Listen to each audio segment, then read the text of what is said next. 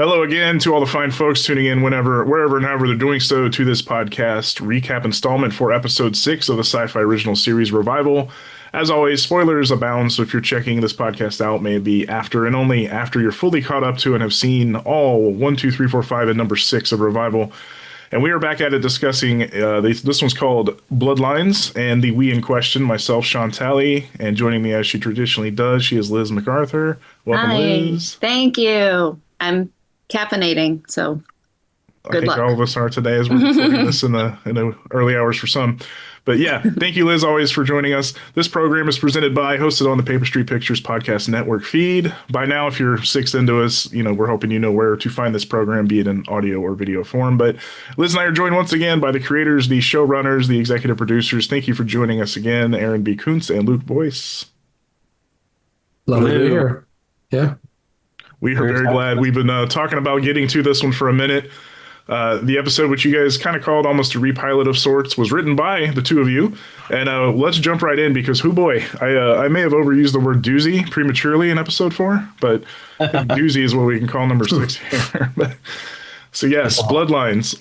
We actually open on a text card, an intro title, if you will, that reads 20 years before Revival Day. And over that, we hear the screams of childbirth and fade in on younger Mama Cypress. She is in a tub, Wayne right behind her, and a teenage Dana in the background. And she's given a water birth to baby M. And out comes M to the glee of her parents, and the doctor hands her to Patty. And Patty, after a few seconds of joy, kind of then asks aloud, like, why is she crying? Something felt off. And we actually jump a little later in the day to Patty then sleeping. Wayne steps out of the hospital room to speak with not Mayor Dillish, but then Sheriff Dillish. Wayne is telling him that they have Martha hooked up to all these machines in an incubator. She's so tiny and fragile. And, Dillish says here that you knew after Patty's cancer that there was a chance of this, complications under development, to which Wayne asked if they had to go through all the hippie mumbo jumbo, like the water birth, and they should have been in the city in a big hospital. Dillish here, very supportive, tells him to be grateful, it's in God's hands, and gives Wayne a gift for Patty. They embrace before Sheriff Dillish exits, clearly a very different relationship than we have seen, 20 years later. But we jump a bit further, again, and the doctors wheel baby Martha /M into the room where all the cypresses are sitting. They hand her off to Patty and say to be careful with her. They do need to do some further testing, but she is showing early signs of onset OI. They kind of want him to clarify, but the doctor states, it just means she's very fragile and likely always will be. Dana asks if she can hold her sister as well, to which the doc again reminds her just be very gentle. And the doctor continues on saying, you're going to have to take good care of her. She's going to need you. It's very much a parallel here, of course, with if you know how this episode ends, to quote George Lucas, it's like poetry, it rhymes. But yeah, we go from this shot to the present day in Revival world, that is, to see M effing Cypress now hooded, huffing in a dark hallway with alarms blaring in the background. She turns toward the camera and we go to our opening credits. Yeah, no, it was fun to, obviously get your first introduction to Patty Cypress. I think that first and foremost is really important, and feeling, seeing a little of the pre-Cypresses, and then also I think it's fun to see Dillish and Wayne not wanting to punch each other, so there's a little background there. But I think there's a number of interesting pieces of information that if you're really paying attention to what's there, and we're learning a little bit about Patty, we've talked about her cancer in the past, right? So just, we're not hitting you over the head with it, but Patty had cancer and then did not have cancer. And so that created a little gap in the age between the two of them. They were trying to have a child, just for background, that's not all on screen. They were trying to have a child, but because of the cancer, they had to kind of wait. And then all of a sudden, her cancer was gone and she was in remission, and she was pregnant, which was a very special thing for this family. And it's kind of why, it just adds to the sheltering nature of what M. Cypress is, right, to them, when you think of just how she came into the world, and all of this, like, I think, and that they literally call her miracle baby, and what's there. So it just kind of, begins to add all of these layers of protectiveness that the cypresses will have. And, to see this gentle, sweet moment where they're still concerned because we're learning about the OI for the first time. So she is born with this, as most are. And this is, it's concerning. They don't really know what that is. We obviously, as an audience, do. And then this parallel, I love that the baby actually, does kind of smile, which is weird and cool. So that happens, which is rad. And then to kind of play with, Paul, one of our sound engineers, we were transitioning the breathing of the baby to this like heavy breathing that's with which is a flash forward. And we got some pushback on that, which was odd. People are like, "Oh, they're not going to understand." Like, well, you're flash back and then flash forward. And I'm like, I think the audience will get it. I think that's okay. Very clearly, this is not, M, of 2 years ago randomly. So I think, and it's fun to see where she started and what she becomes, and to juxtapose those. I thought was a really fun button. But love this tease. I think it's beautifully shot. I think just the lighting, everything, the atmosphere has this like interesting sepia that we kind of added and leaned into a little more in our color grade, just to kind of give, the flashback feel, and what this is. And yeah, love this tease. Yeah, I do too. It's outside of the pilot. It's my favorite tease of the season. And there's it's interesting because the story of episode 6 is a story of pushback essentially on us. Just so many things that either we got pushback on or that we were told we couldn't do for whatever reasons, and sometimes legit reasons. And, but still the narrative of this episode is us fighting for something. And like Aaron said, it wasn't even just the M flash forward that we got pushback on. We got pushback on the whole teaser. I mean, we got told, that we weren't learning anything new about the family or anything like that. And we just disagreed. And we just thought, when you're telling a story about sisters and you're telling the story about people, it helps to have context. And like Aaron said, there's important information in there, and some of it you don't know why it's important yet, and you will learn later. But, a lot of what we do with this show is we dole out information secretly. You know what I mean? You don't know that information is important yet, but it's important information. And what I love is that they're soaking it up and they're engaged in the relationship. Because they're engaged in the relationship, they're also getting information and they're getting all this wonderful context. So to me, I think that's a big part of this teaser, on top of just sort of, at this point, I'm so invested in the Cypresses as a unit, as a family. I want to see this stuff. I want to see, I want to see Dana holding little M. Like, now I feel that right after the events of 4 and all this other stuff. I don't know. Emotionally, this stuff matters. So, I'm proud of it. I'm proud of the whole episode, and this kind of starts here. So, right. I feel like it was interesting, or maybe I'm just dumb. I didn't realize the age difference between those two until I saw that scene, and I was like, oh, okay. Yeah, we've had a few people. Yeah, there was another podcast I think we did where they were asking, what is the age difference? And Dana and M are roughly 15, 16 years apart. Yeah. So we are back and we see the Czech brothers, Andrew, Adam, and now Anthony, who has made it into town. They're walking through an empty warehouse as Anthony is checking out or talking out their situation. He's saying things like, we have to flush the stash now that the cops got McCrae. It's only a matter of time before they find this place and the operation. The head Czech brother also says that they got to move the supply today. They'll set up outside of Wausau, working for the boss himself. This is the first of a few mentions that they are not actually the ones in charge of things, and that there is a boss overseeing a lot of this. So he tells his brothers that they need to, quote, accelerate expansion plans by getting a female. The others aren't sure what he means, but Tony says that's why he's the brains. And he's going to kill 2 birds with 1 stone here. So yeah, a lot of info kind of dumped about the operation McCrae was a part of, that the demand is currently outweighing the supply for parts, and that Anthony knows exactly who could be a viable female reviver for the cause. We had teased, I think, an episode what was it, 2 or 3 that Dana overplayed her hand by accidentally exposing that M was a reviver, and we'll see here exactly who Anthony's talking about.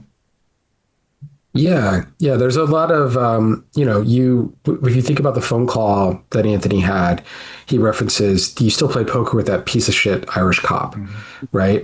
So the piece of shit that he is, McCrae, I forgot that is where we say it. And it's actually via Anthony Check. We talked about it on a previous podcast with you guys. And so, I think it's pretty obvious it's McCrae. And so now it makes sense. When we were breaking this episode and thinking about what's here, it's like, okay, well, McCrae's caught with because he's now implicated in the shooting of Dana, but then completely separate from that shooting, in his car are body parts. And that's what we're learning here. We're starting to figure out. I think most folks will kind of connect the dots at this point, but obviously once you meet characters and lack thereof of limbs, it'll really coalesce.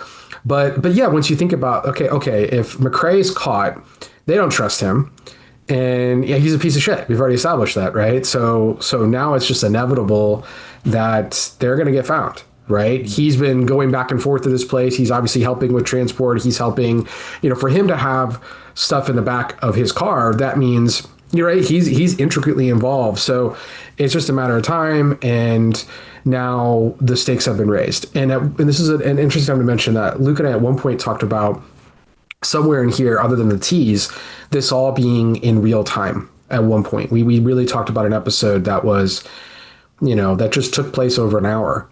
And it became a little too tricky. There were some things that we wanted to kind of do and massage, but once you get into the second half, it basically is real time at that point. We just wanted to set things in motion and really feel, there's good emotion and there's character stuff. And there's character stuff in here too. Don't get me wrong. I mean, dear God, but I think we wanted this to be the action episode, and it very much, quickly becomes that. Yeah, I'll also note that one thing I like about this episode is that so far the whole series is very insular.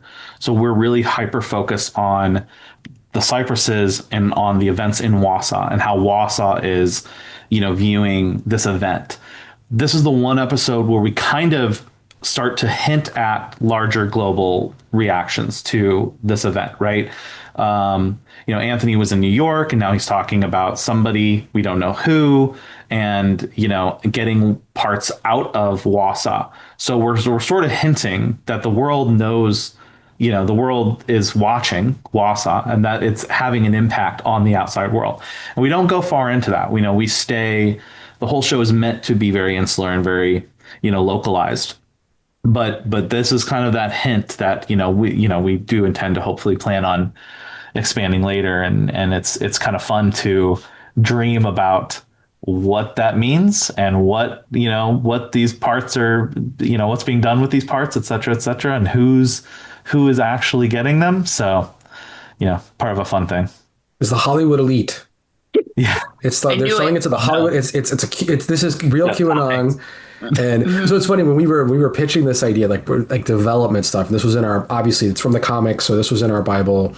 And we went out to LA to deep dive into the series and talk about a bunch of stuff. And there was an individual, or remain nameless, that was like, "Oh, you can't do that. You can't have them selling body parts and whatever they're doing with the body parts, and this isn't going to work." And I was like, he's like, "No one will believe it." And I was like, "Excuse me, are you aware of QAnon? Like, are you aware of what people believe? Like, they believe that they're taking children and drinking their blood in order to live for like this is completely and utter insane. Like, this stuff has been around forever. It's completely believable. Yeah. It's believable. The person who well, this, I think people also would played do the it. Winklevoss twins in The Social Network. He's just trying to throw them off the scent. Yeah. Yeah, there you go. Yeah. But I mean, but yeah, this is something that I think if they're like, wait a second, here's people who can't die, they're healing, there's something in them and I want it and I'm rich. So I get it for me and I want to figure that out. There's a scene that was also cut which might make it in season 2, but whatever. I guess it's a season 2 spoiler. But there was a scene where there were people who were being baptized just in the water in Wausau, just regularly in the streams that were there, because they not where water's looking like there might be a special-ish water stuff that Ibrahim's looking into, but just like general water coming out of the city, because they're like, we need to get access to this. Maybe there's something, and you see them like baptizing a sick kid, and it was a really cool scene. It was actually integrated in a hunt for Arlene, when Arlene was a bigger piece, and you see this, and then Arlene's there, and all this, and it would have been a really fun scene, but it ended up getting cut. But it just kind of, yeah, exactly. It just illustrates, as Luke was saying, that there is still an outside presence. And look, we were under lockdown for 30 days. The CDC has a presence. I mean, so there's a federal understanding. There's a national understanding of what's going on. We're just not focused on that part of the story right now. But, the fact that Anthony got back in and what they're doing with Reviver parts and everything is, it was a fun thing to explore, and a great moment from the comic. Yeah. The comic actually does a thing that I wish we could have done, but obviously scope and budget doesn't allow. But, at the checkpoints, there's just lines and lines of cars, and there's just absolute chaos at all the checkpoints of people trying to get into Wausau and can't get into Wausau. And the original version of this story happens within that context with the trucks, and the body parts and stuff in the comics. So we obviously changed that because of what we had to do in our medium. But that, in our minds, that's still sort of a valid concept that people would want to get into Wausau, right? Like this is, look, the dead have come back to life. I think we can all imagine what certain Americans would probably think of that, both on, from a religious perspective or whatever cuckoo thing people come up with. Sometimes I'm just amazed at what I guess I can drop the real spoiler of all spoilers, that in season 2, the boss that he's talking about is Vladimir Putin. So I knew it. I just thought I'd bring it up. For a second, I was like, my chest started to get tight. I was like, Aaron, what are you doing? It's Putin. It makes sense to me. Stay tuned. It was on my murder board, actually. So. yeah. Hold on, Don't jump ahead yet. We're now on Dana, still in her hospital bed, who was awakened by Deputy Gunderson hovering over her. Nothing funny or innocent about this bumblefuck anymore, but we will get there. Gunderson was alerting her that reporter Maytel was there to see her. Dana jokes that Gunderson should stay because for all she knows, maybe she could be her actual killer. A line that, again, plays differently now, but we will get there. May claps back with, you're not even dead. But she says something like, I'm starting to wish I was now that you're here. Dana sees May has her Black Deer files with her. She said, did you steal police files? Are you trying to get me arrested? Are you trying to get arrested? And no, she says, this will be quick. She does ask for some privacy, and Gunderson goes to step out, but Dana says, no, stay here. I don't trust her. Again, a line that plays very differently now that we know, but we will get there. Dana stuffs the folder into her side table's drawer and kind of May leans in to whisper to her and says something like, I think the reason you were shot is because you were getting too close to the truth about Jesse and about... Dana cuts her off and says, you're getting too close to my face. May continues and that she thinks it's all tied together, you being shot, Aaron, the Black Deer case. Dana says, you think McCrae had something to do with the case? To which May says, no, I don't think he shot you. I think he was set up. At this point, Dana, who, again, Mel, hilarious throughout this episode with her kind of clips from the bed, starts joking with Gunderson about, like, uh-oh, corrupt police force. What, am I the corrupt cop? Did I shoot myself? And again, Gunderson plays along nervously, and we know why. But again, we will get there. So May pleads one last time to just please give it a look for the notes she made in the files. But Brent escorts her out. Dana actually considers for a moment, but then slams the drawer shut. We find Dr. Ibrahim entering his temporary digs. We see an open Quran on the bed as we move across the space and also see that he has his own little kind of lab set up in the room. He breaks out some of the samples that he took with him upon his demotion of sorts, and he takes a slide out with some of the yellow stuff on it and puts it under his microscope and seems satisfied with what he sees. I don't know if you guys want to give more on that yet or just wait and see. I mean, it's algae blooms, yeah. And they're active. I don't know. Okay, yeah. I don't know if I can really. No, I don't think we get to know exactly what he's kind of satisfied with just yet. So yeah, no. I mean, these two scenes are actually very important and everything. And I think it's also, there's another scene coming up here too that we wanted to, it's kind of the calm before the storm of this episode, and there's some good information we want to get across. I think, also just continuing to see that like Dana and May just do not like each other. Right. So it's another one of those, like, what happened there? What's the background of that? And that's something I think will be fun to explore and see, especially as we get into these future episodes. And then, this idea, like you saw in the tease of 4, that May was given this flash drive from the masked man, who we now know is the Burt Man. So why is he working with the press? And then now you see the Burt Man takes this Blackdeer file, and then that also makes its way to May. So now clearly they're in, I don't know, cahoots. Something is going on, and on some level, or a minimum, he's just giving all this to the press. Trust her for some reason. And she is now, for some reason, coming to Dana, right, to say this. And I think realizing that Dana was shot by a police officer. And if you start to like deconstruct this for a second, right, if you don't trust the police, right, and that's why clearly May does not trust the police. That's been established throughout these episodes. And then you're shot by a police officer. Well, maybe you are someone I can trust now, right? Because you're exposing some of this, or maybe there's something that's here, and she starts to say some things here, but Dana also just can't stand May and wants nothing to do with her. So it's just there's a lot of interesting things that are there.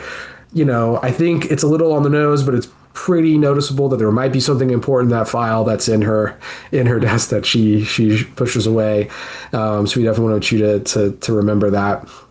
And then in regards to Ibrahim, but by the way, yes, that little funny back and forth quip between Brent and Dana was mainly improvised. Like there was a bit there.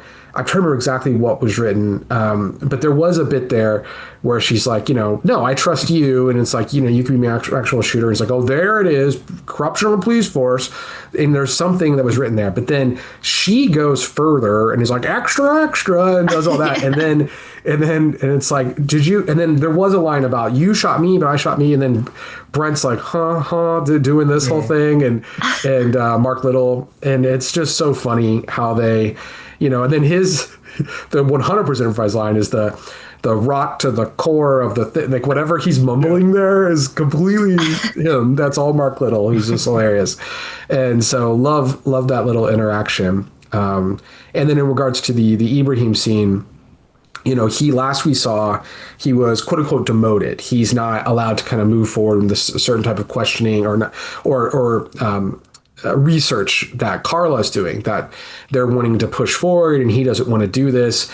So, but he still wants to be working, he still wants to be doing, so he's taking some stuff home, his work home with him, so that he can kind of, away from Carla, away from people who aren't understanding what he's doing. And I think we just want to establish that Ibrahim's still moving that story forward, even though he might not be empowered to do it in the way that he was before.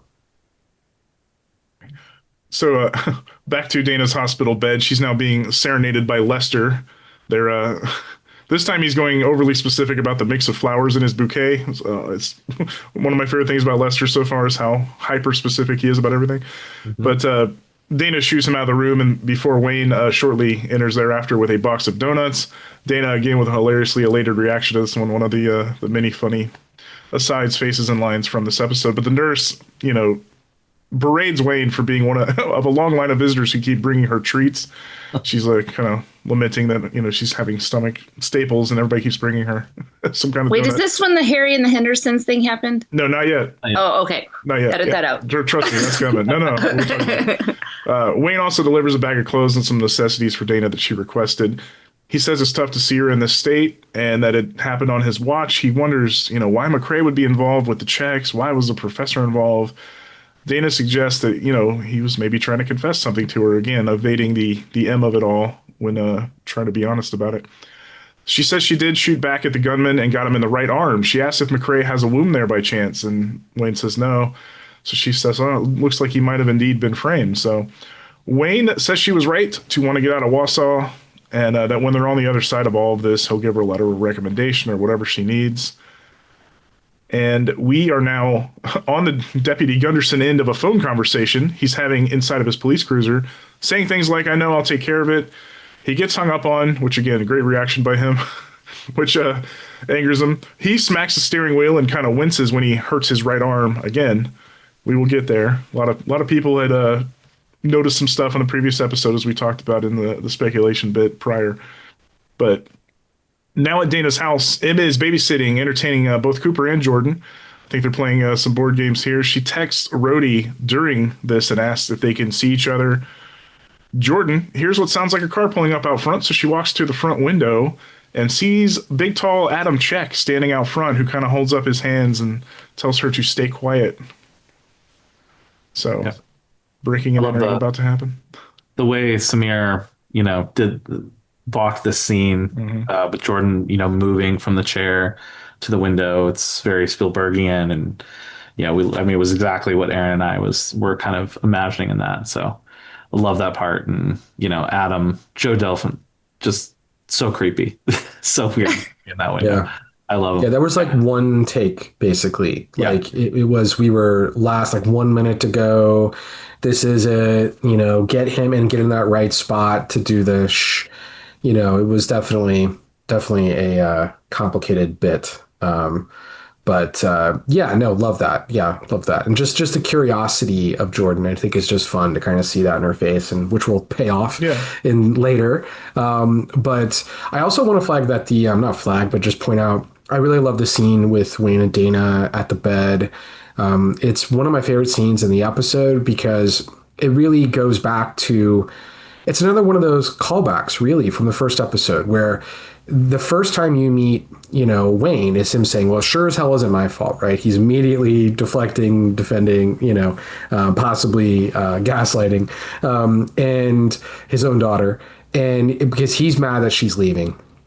And how the hell could you leave us? How the hell could you get out of here? And then now seeing all the stuff that's going wrong and everything that's falling apart in his town, and he's like, I understand now why you wanted to leave, and I'll write a recommendation for you.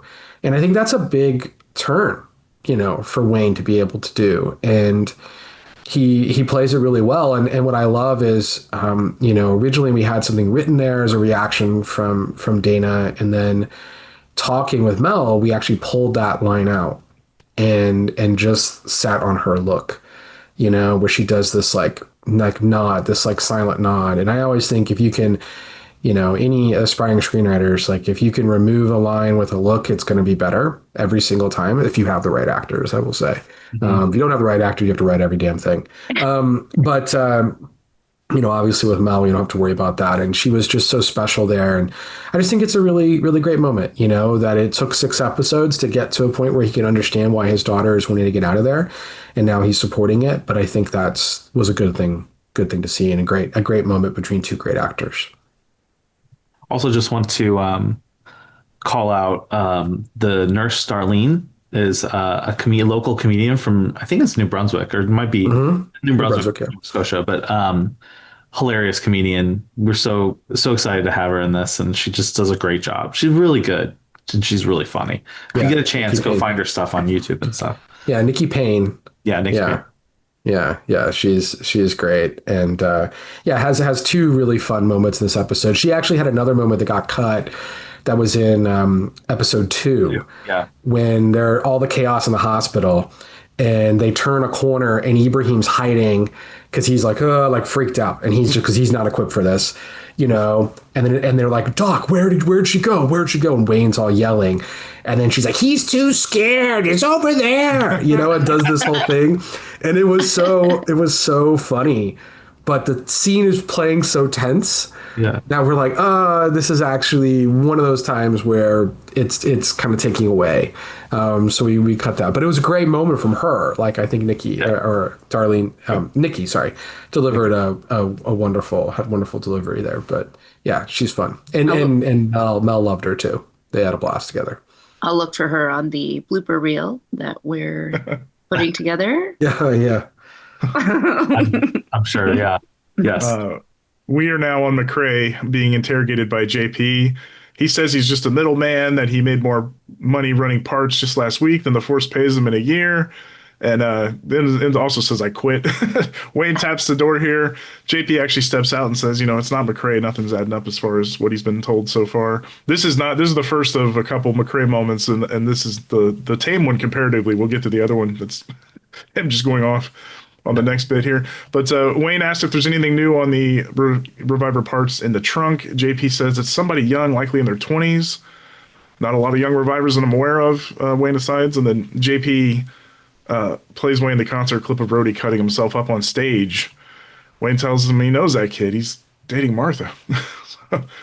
Yeah. He barely needed an excuse. He was looking for a reason. Yeah. Well, it was fun to think about too, of like, if you find out that a Reviver is cutting off their body parts, and then you see footage of someone cutting themselves on stage and they happen to be young, like, okay, this totally correlates. And then the fact that he's dating my daughter, okay, right? Like, dude, that's bad timing. Bad timing, Rhodey.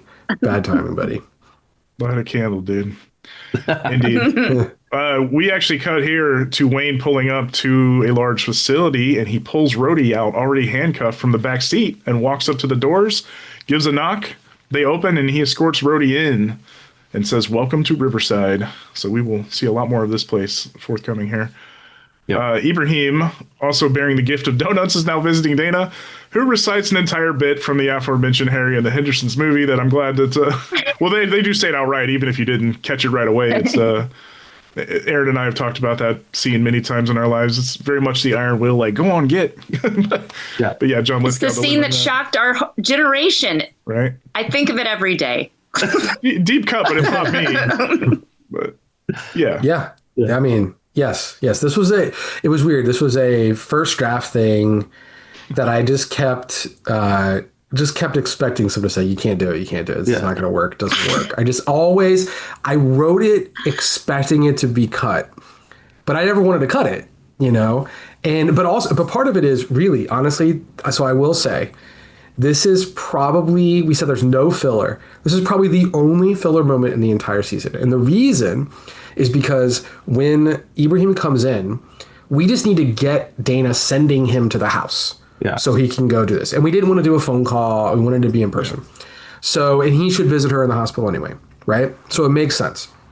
So what's a way to like cut in mid-conversation, and just send him away as fast as we can. And I was like, but then, it does give some character. It's like Dana's into pop culture. Yeah. Ibrahim I love how Andy plays like, you were joking. That's a joke. Like has no clue, no clue what it is. And that's what makes it kind of work. But there's no Easter eggs within Harry and the Hendersons or anything like that. It's just a little piece of end of a conversation to get us to Ibrahim, her sending Ibrahim to go to the house. Right. I like to imagine that conversation was really like, well, we don't want to do a phone call. Should we Harry and the Hendersons? No. Is it now? It's the time. I'm just laughing that Aaron and Luke have mentioned how much stuff they got pushed back on, and like Aaron had that one all the way through production. It's like, there's a couple things like that. We're like, oh no, I guess we're doing this. Yeah. And there were a couple too. There's a scene in episode 10 that I wrote like literally the day before, delivered a draft, and they're like, we're shooting it this day. And I'm like, and it's there. And actually it's a good scene. But so some of that stuff happened when we finally get there. I'll point we can tell what random pop culture reference it was that was. No, it's not a pop culture. It's not that. Okay. No. Yeah. But yeah, to Aaron's point, the mission was to get Andy / Ibrahim to go check on the kids. She says, they're not answering the phone, but M's probably just playing video games with them. So back to Riverside, we find Rhodey being locked in a room that's essentially a cell. I mean, this is a prison of sorts. He's telling him, you can't keep me here, kind of pleading. And then you hear a voice.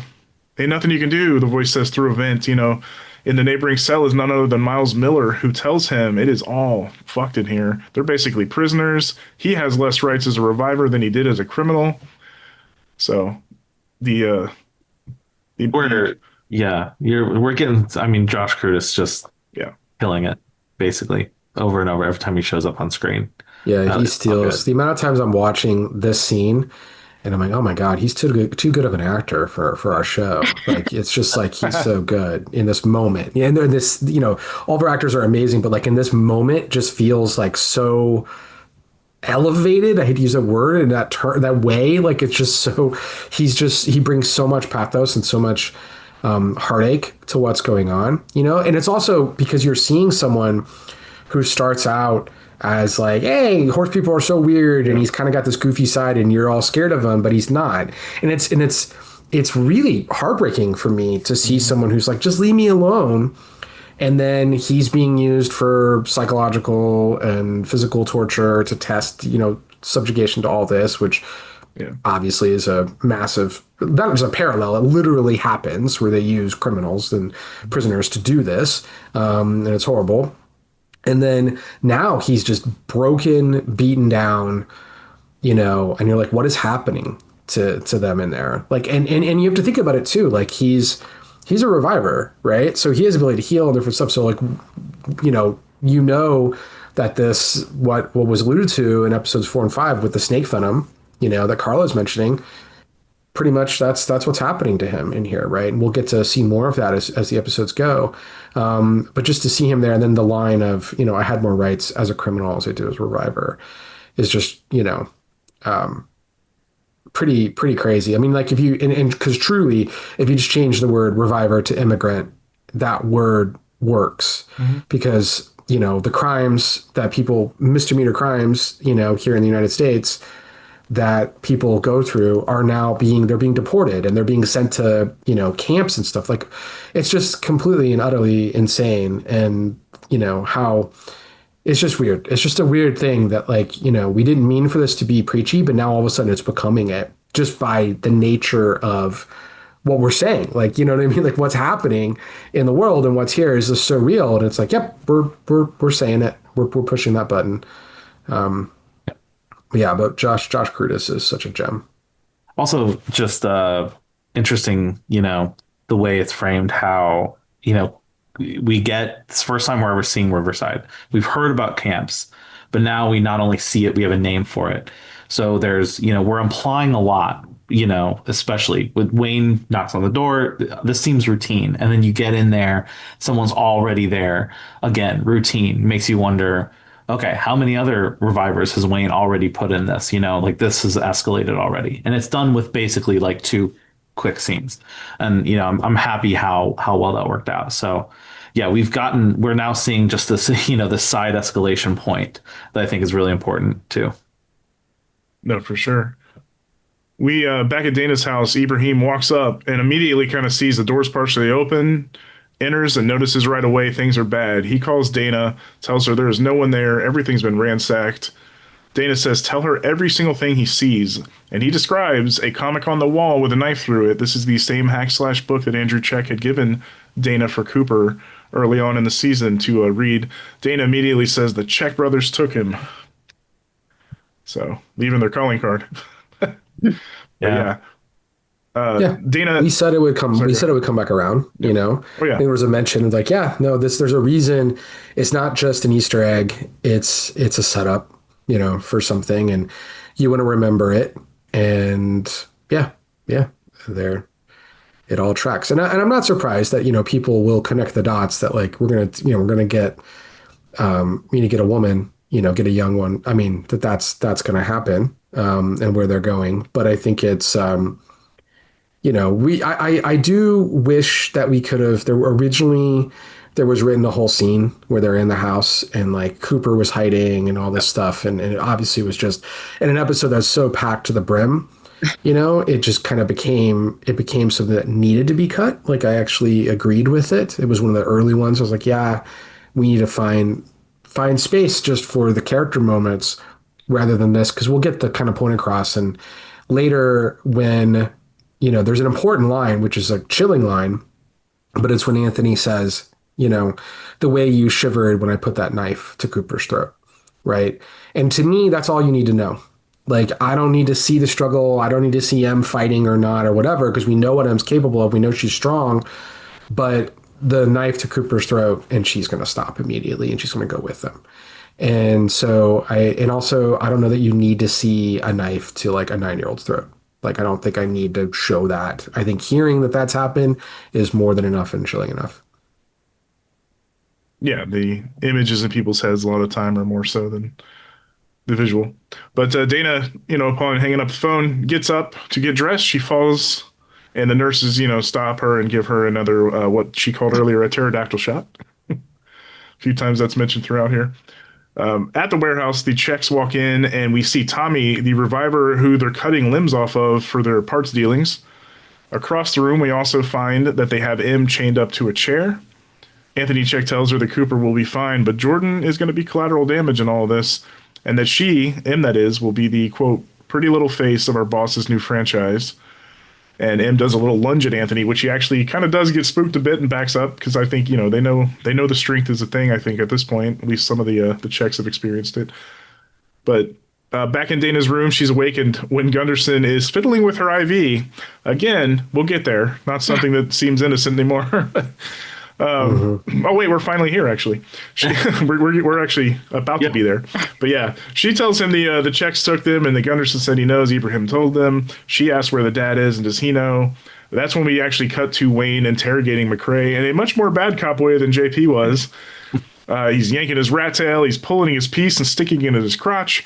McCrae swears he has nothing at all to do with Dana. He mentions he's not afraid of the Czechs, but afraid of who they work for. You might as well kill him. He's not going to give up names. But a lot of funny dialogue from McCrae here. I don't know if you guys leaned into the Irish thing that way, or if that was a little bit of Nathan Dale's, or how did he kind of concoct the accent and everything? It was him. Yeah, it was him to kind of lean into it. And when you get scared, sometimes like you go back to, some when you were younger and things like that. So we talked about that a little bit. Yeah. And then Newman's my beloved pug who passed a few years ago.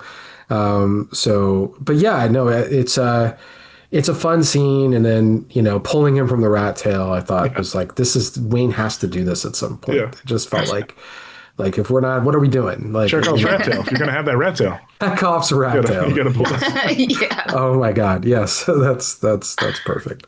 Yeah. That's perfect. David's ability to have this controlled anger and chaos in the moment, I think, is actually one of my favorite parts about this scene. Just how you kind of believe, and I think this is one of the importance of the way we've structured Wayne. You kind of believe he would probably actually just shoot McCrae in the junk at that point, I think. So yeah, kudos to David for. I mean, it's his grandson. Yeah, I mean, it's his grandson and his daughter. Yeah, have been taken. I mean, I think you do anything. Yeah, start with a kneecap, see what he does, see what he says. Yeah, start with a rat tail.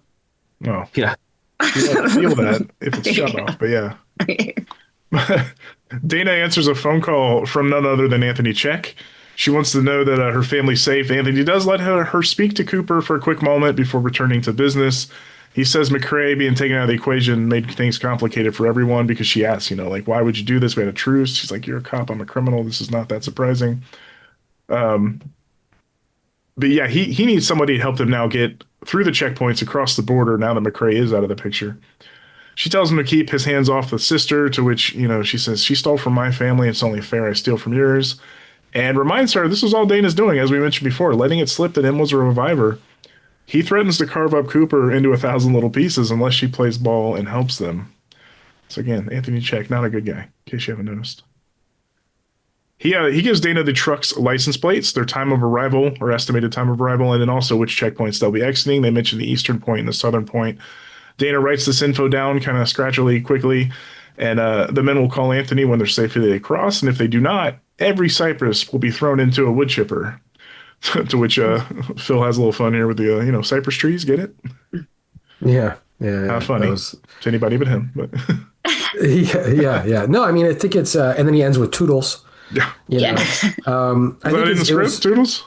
Oh yeah. That was in the script. Yeah, that was in the script. Yeah, it was always meant to be that there's a playfulness to the menace, and I think that's what's more menacing. I think it's scarier when someone, when he's like, goes up to M and he's like, I'm not a savage. Like he has his moral, like this, like understanding of what he thinks is right and wrong, and what's there. And he finds himself funny. And I thought that was fun just to interject like small little moments of that, of where it is. And then, and I like the line about therapy, but I turned out great, and whatever. Like, and I think he thinks that. I actually think he believes that he turned out great, with what it is. And what's going on. He's just an opportunistic guy. But yeah, like that scene, I will flag to like, what are they eating? I don't know. There's a lot of delicate, interesting meats that are there. So that's just something to there was a whole thing in that scene that got cut a little bit as we were going to feed Cooper a burger. He was going to give him a burger, and he was, there was a whole element to that we kind of pulled back on. Yeah, I didn't even think that they might be eating a not other fauna cooked. Yeah. It was charcuterie. Yeah. Yes. But yeah, and then I do like that you mentioned the piece with Brent and if you look at, there's a lot of hints to Brent, throughout this as we're getting up to the reveal here, but it opens with him right in front of her face, right? So the very first thing you're seeing, which I thought was fun, which is like you start with who shot Dana, right? And you think it's McCrae, and then the very first thing you see when you get back to real, after the tease is Brent right in your face, and we're like, we're telling you. And in my mind, he was like trying to see, like, could I put a pillow? What can I do? What are the things that could possibly be done? How could you work this out? And then there was actually a scene that was cut because, so originally we were going to reveal Brent at the end of episode 5. And actually in the car, when we cut away, when he punches the car after that phone call and he goes, you actually see him pull his shirt down and you reveal the wound that he's got that's like coming loose, and he's there. So you hear more of the phone call where he's like, I'll take care of her, whatever, like, just leave me alone. Like he's being more overt with this, which is actually would be fun bloopers because there's a lot of random stuff that Mark Little does there. That's actually really funny. Just to let you know for sure, like, oh my God, he's the shooter. Right. And then McCrae gets captured with the body parts. And you're like, okay, this is a thing. But we decided once we saw the way that he was revealed, this like, well, shit, that he does with Dana, it was like, this makes more sense. I think it's really fun to kind of hold this into this part of the episode. But there were and then that allowed us to make other cuts, which we needed to for time. But one was Brent actually going into one of the rooms with one of the nurses, and then he's putting an IV, like an injection into the IV bag, in Dana's thing there. So and then actually what's happening is, and I still believe that he's already done this, that he has injected her IV bag with something that's going to kill her. And then when she gets up after the phone call and realizes what's happened, she rips the IV out. And it actually saves her life, and she has no idea, which was always a fun thing that's there. But it's not necessarily on the screen anymore. But I like to believe it still happened because I thought it was fun. Yeah. I don't know how I'm gonna watch a TV show anymore after this, like, and not get to talk to the writers and producers after each episode. Yeah, I mean, there's, it's funny because you're thinking Dana is there. So how many opportunities does Brent have to actually finish the job at this point? It's like, but now you look at it and you go, okay, now I know why he's always there. Right. And there's other hints too. When we get to the end of the season, there's stuff that happens in the hospital room that I think will be fun to go back and think about. But yeah, the hints are there. The story under the story is there. We just, obviously we don't have a lot of time to do it all, but man, there was some fun stuff. I mean, the iterations too of this episode were robust, because it was so much. This episode was always a lot and just had to constantly get pared down. So how close, I think I'm going to say all the words wrong. How close to this episode coming out were you like fiddling with it? Oh, I mean, well, you're every episode. You're up until the last minute. You're filming with every episode, every single one. Yeah. Yeah. I mean, the only thing that we probably didn't change a ton, but right before shooting was the barn in episode 1. Like that's basic. That was it. And we knew that had to be it. And we weren't going to really mess with that. Beyond that, everything, especially now that we're into our second block, which is Samir Rahem, who's our director, all of his episodes from 6 through 10, all of them were last second changes, you know, and there's, I mean, including things after we shot that were changed. There are plenty of things in this episode that were not shot in with this intention, right? And they talk about, you know, and I reference this, I tweeted about this as well, but the movie you write, movie you shoot, movie you make, right? And this really was a thing where we're looking at all of the footage and trying to recontextualize like how to make scenes work. And because the first cuts, we had cut so much out of this episode at the last minute because everybody was so worried about budget and time and everything that it actually came under time. So then we had to fill space, but we needed to anyway because it wasn't. There were things that weren't tracking, which we'll get into later here, that I thought were very important. But yeah, no, this episode actually 6, 7, 10 were probably where the most last second changes were coming in. Yeah, this scene is a good example of that because what happened with there was supposed to be the fight between Brent and Dana was actually going to happen at a gas station. So the whole thing was that she actually goes with Brent and discovers in the car on the way there where that Brent is the killer, and then basically tricks him into pulling into a gas station and then tries to kill him there. It was this big, like she literally would look over at his driver's right arm. Yes. Yeah. Yes. Nice. That's the reason why it's the right arm. The reason why it's the right arm is because he was meant to be driving, and it would be. So actually, if you look where she punches him, it's kind of like not where she would put, but like it had to be the right arm though, because he was going to be driving, and then she would see it quickly and then like act like, oh my God. And then we're feeling the tension in the car. He doesn't know that she sees it, and it was building. And then at the gas station, she goes in, there's a guy with headphones. The gas station is like fun scene.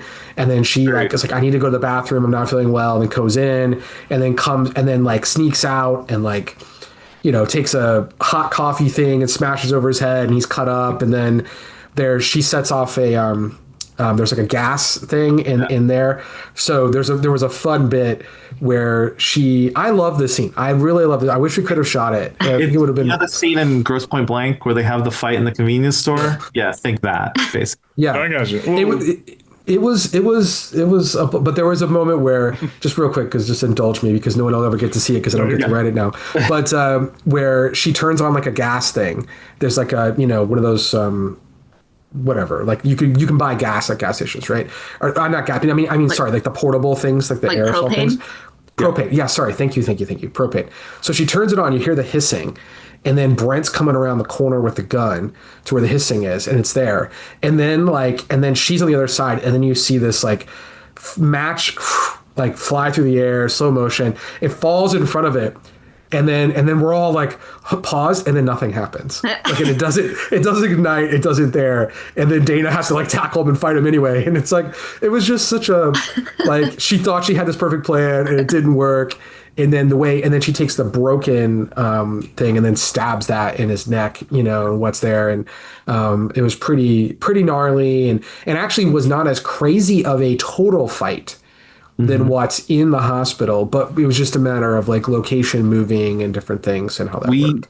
It was going to be that way up until I think a couple days before we shot it. And it just was one of those things where, you know, Samir was like, I think you should move it to the hospital. We're like, but this is, the tension of this is great, you know, but timing and schedule, it's just all, and then we couldn't find a gas station. Honestly, that was a big part of it too. Is like trying to find a gas station who would let you film a scene like that is not an easy thing to do, especially on a schedule like ours. So it got rewritten pretty close to filming. I believe it was pretty much that week that we were doing it. Again, like Liz said, not everybody gets this type of insight or backstory of what it was going to be, but as it plays to people just watching it, I really love how some people picked up on the arm swat the previous episode. They expressed as much on Twitter and other places, and then in this one a couple more times with the arm, and it was kind of a done deal for a lot of folks. But the way the reveal happens, which I'll go into right now, is still money, and so is the way the fight played out. So bravo to everybody for the last second scramble on it. But so Dana actually tells Gunderson, pull the car around. He makes an excuse, so Dana smacks him in the arm, as I said. She calls the nurse, asks to give one more pterodactyl shot. And the nurse, is refusing, but she does convince her when she says, like, no, my family, they're in trouble, I got to go. So when the nurse exits, Dana grabs her phone, dials Wayne. She tells him to head to the eastern checkpoint. Brent and her will head to the southern checkpoint. She's kind of losing her shit about it all, trying to say all the info to Wayne as quick as possible. And, just please trust her. So the nurse enters, gives her the shot, exits again. As Gunderson re-enters, tells him they're good to go. And as I said, we will get here. The audience has now gotten here. Everybody's gotten here. Dana gets here now when she looks at his right arm, which is bleeding through the sleeve. And suddenly, Deputy Yuckity Yuck here is now not the all shucks guy we were led to believe. Halfway sedated, Dana kind of registers it. He registers as she's registering it and says, well, shit.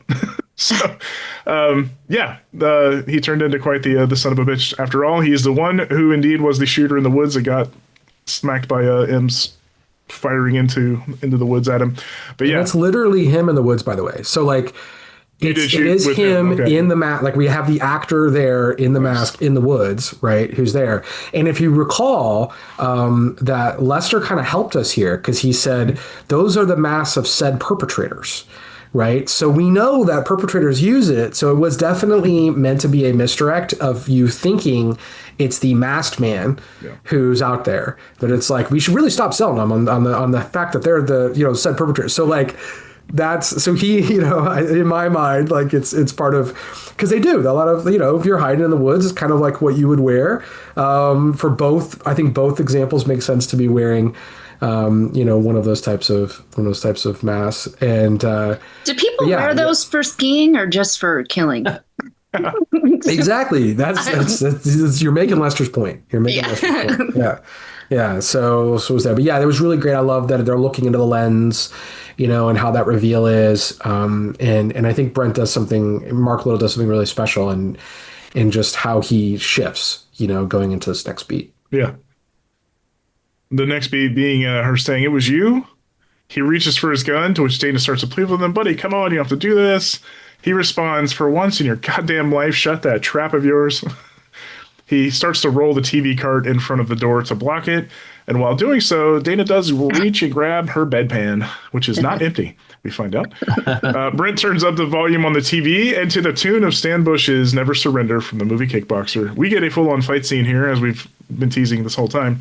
He charges at her with the gun. She swats it with the bedpan, and I'm swatting my headphones for the viewers. He gets piss thrown on him. His words, not mine. But, he slings her over the bed, gives her a couple really good kicks to the stomach. And, she's, again, recently stapled and gunshotted. But he tries to choke her, and she kind of backs him into the cabinets and breaks free. Another bedpan smack to the head. We actually get a few fun shots in the fight in the reflection of the tube TV, which I very much liked. And I don't know, was that actually Kickboxer on the air, or was that a secondary kind of movie you guys were That was, yeah. So that was New York Ninja. So our friends at Trigger Syndrome helped us out there. Props couldn't to that. Identify it. So the key is we couldn't use the actual music video for Never Surrender is the Kickboxer, right? Mm-hmm. And that's Jean-Claude Van Damme. We could not get the rights to that music video. So we had to create our own, basically, version of a 80s martial arts movie. And our friends of Vinegar Syndrome helped us out there with New York Ninja, which was a lot of fun to do. It's insane. That movie's absolutely bonkers. So yeah, it looked like it. Yeah. And then, this moment, the first of, I would argue, 2, maybe 3 jump out of your chair moments. And again, social media agreed on the night. I would argue in this episode, Dana picks up that television set, and while standing over Gunderson, who kind of gargles through his own blood, won't you just die? She slams said television down on his head with malice. Yes. Yeah. And I don't know about you guys or Liz, but I kind of yelled some version of, oh, fuck yeah. Yeah, What has happened? no, I was Good. screaming the whole time. Yeah, I mean, we played with it because we were like, we weren't sure. It's like, is this too much at the moment? Like, we were like, you got to be careful a little bit. But yeah, it was nice to see everyone pretty much is like, yeah, no, do it, absolutely. Yeah, I Revival's think not when just a he, comedy; it's a horror comedy. yeah, So, yeah, and I think when he moves that TV in front of the door, it's just like, holy shit, like like this guy, and then the way he talks to her, I think gets all the point across, and it's like no, because it's not just I'm trying to survive this moment. It's like holy fuck, like this guy is trying to kill me, has been trying to kill me, and the level of deceit of how long has this gone on? How long we were supposed to be friends and partners and all this, and like that level of deceit, I think is all coming out, and it's also the more I thought about it when we were in the edit, and I don't even know if Luke, if you and I talked about this, but I remember thinking when we were discussing whether or not the TV was too much or different things, and in the edit we were looking at other ideas, but I remember thinking there's something about the Cypress sisters that when you push them too far, they snap. And there was a parallel there to Dana being like, fuck no. And then obviously we're going to get to M's fuck no upcoming. Yeah. But I think that was really fun to do and see. It is sad to say goodbye to Deputy Brent Gunderson, I must say. There are flashbacks coming, which will help recontextualize some of the things and some of the background of Brent. So you'll see that, and I think it'll help give some an understanding, and then we still get some fun little Brent moments within that. So I think people will enjoy that in a future episode. But yeah, this was a blast. I mean, and even though like Luke was saying, this was so last second. Max White, our stunt coordinator, our wonderful stunt performers. I remember, we just had two little beds, and I have tons of footage on my phone of just like different iterations of them doing this, and and everybody was like, you got to do less, we can't fill it, we can't make our day.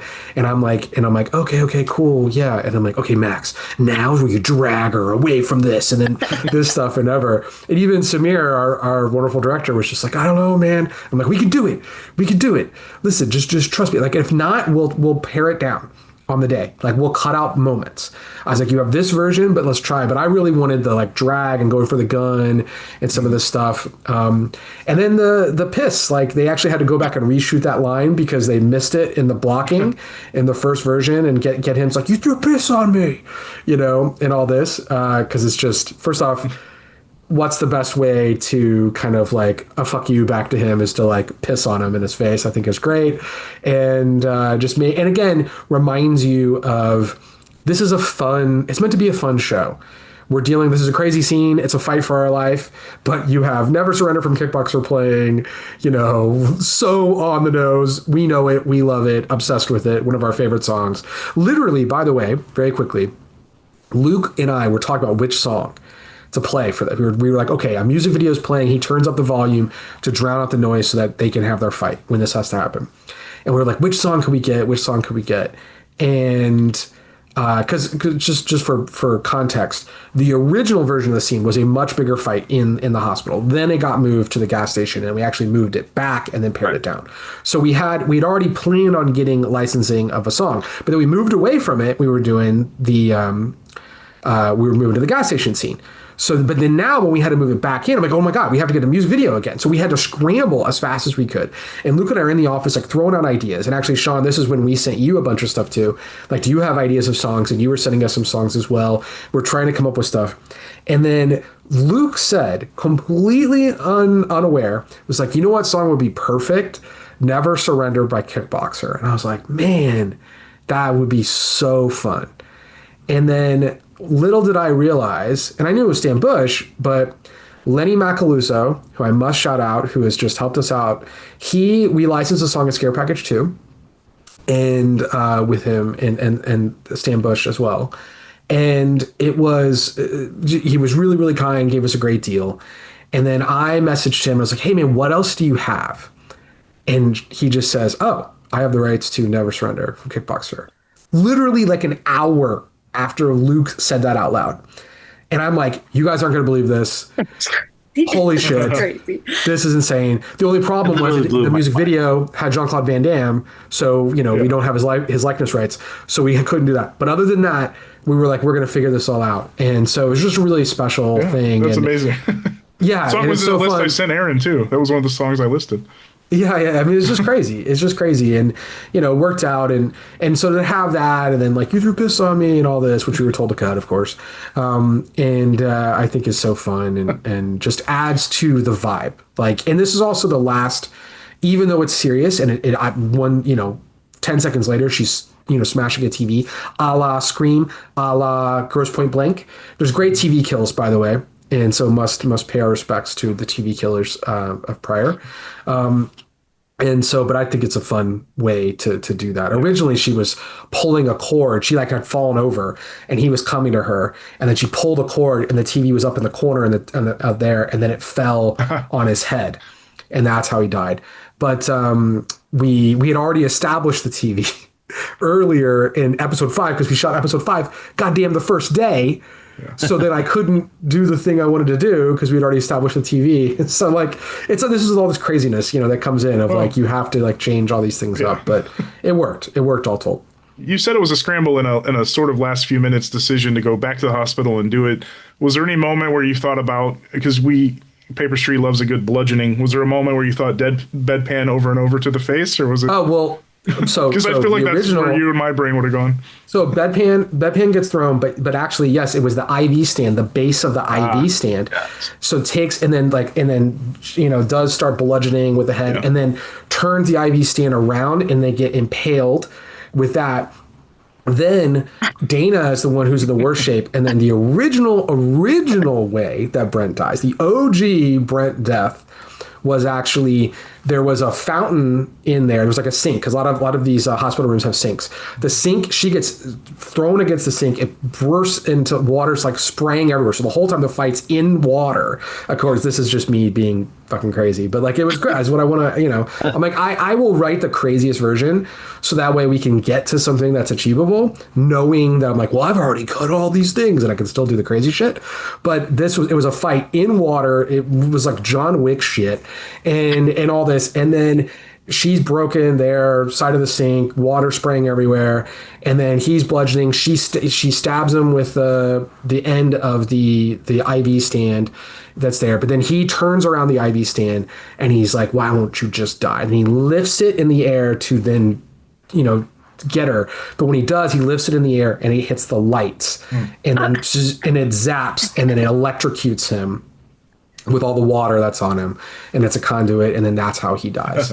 And Dana's there. So that was the original death of that, which was so much fun. But it's still, we got to electrocute him. No pun intended. Still. The scenes still play, like I said, jump out of your chair kind of moment when she does that. It's great. It's great. I do. I like that it was an intentional kill. Yeah. Yeah. It's more satisfying than the pulling the cord. Like she straight up, with intent. Yeah, she went for it. Yeah, she went for it. Yeah. So after this holy shit moment, she now exits the hospital room wearing quite the get up. She's got a mix of pajama pants, her coat, Brent's flappy hat. I think Aaron said something on social media about like, we hope that's a Halloween costume this year. We see some of So great. Bloody scrubs, yellow and black plaid pants. I think she's wearing so comfy. Yeah. I think her shoes I think at one point her shoes were like Crocs or something. I can't remember, but I think Crocs were not of the era, so it didn't work. But it was just like, what can you like put together here? And then Brent's poofy hat. That's just ridiculous. Like completely and utterly ridiculous. But yeah, I hope people will wear it. Yeah, we cut to her zooming down the street in the police cruiser. She's relaying to the dispatcher that she has the transport vehicle in her sights, gives the license plate and description again. She actually pulls up, gets out, gun pulled, approaches the truck. Dana has the driver go and open the back and then cuff himself to the railing. She enters the back, sees a big wooden crate, and struggles to pry it open, and not inside is M. We don't see yet who is in her place, but we cut back to the hospital where Ibrahim finds Deputy Rogers and learns that Dana has left her room. We actually intercut a few pieces here with Dana asking questions of the driver and Ibrahim finding out that not only did she leave, but did some damage in her way because we see them wheeling Gunderson behind him. So, yeah. Yeah, He's Dana. like, what happened here? What happened here? Yeah. It's like almost like an Arlene incident here, but it was just Dana. Sedated Dana of all things. But she's now on the phone with her dad, telling him that M is not on this truck. She's got to be on the one that he's heading toward. And what we do see in this truck's crate is the limbless Tommy, excuse me, on ice. She tells Wayne that the checks are at a cold storage warehouse, and he asks about Cooper. He also asked if she heard about Brent, which she says, yeah, Brent's dead. Brent's the one who shot me. And I kind of appreciate Wayne's like, what? It's a lot of information to take in one thing. But she says she's closer, and she will head there right now to the warehouse that is. Yeah, it was fun. So one of the constructs of this episode was, okay, you have a kidnapping. I have to go save my kids. How do you, and when you talk about, from a writing perspective, you're just like, how do you add more conflict? How do you make it as tough as it possibly can get for your main character? So have her be shot in the stomach, and all this. So it's like, that's pretty awful. Like, how could she possibly even get there? And if you notice, all the movement of Dana in this episode is very weak, very meager. I mean, she's not doing much, that's there.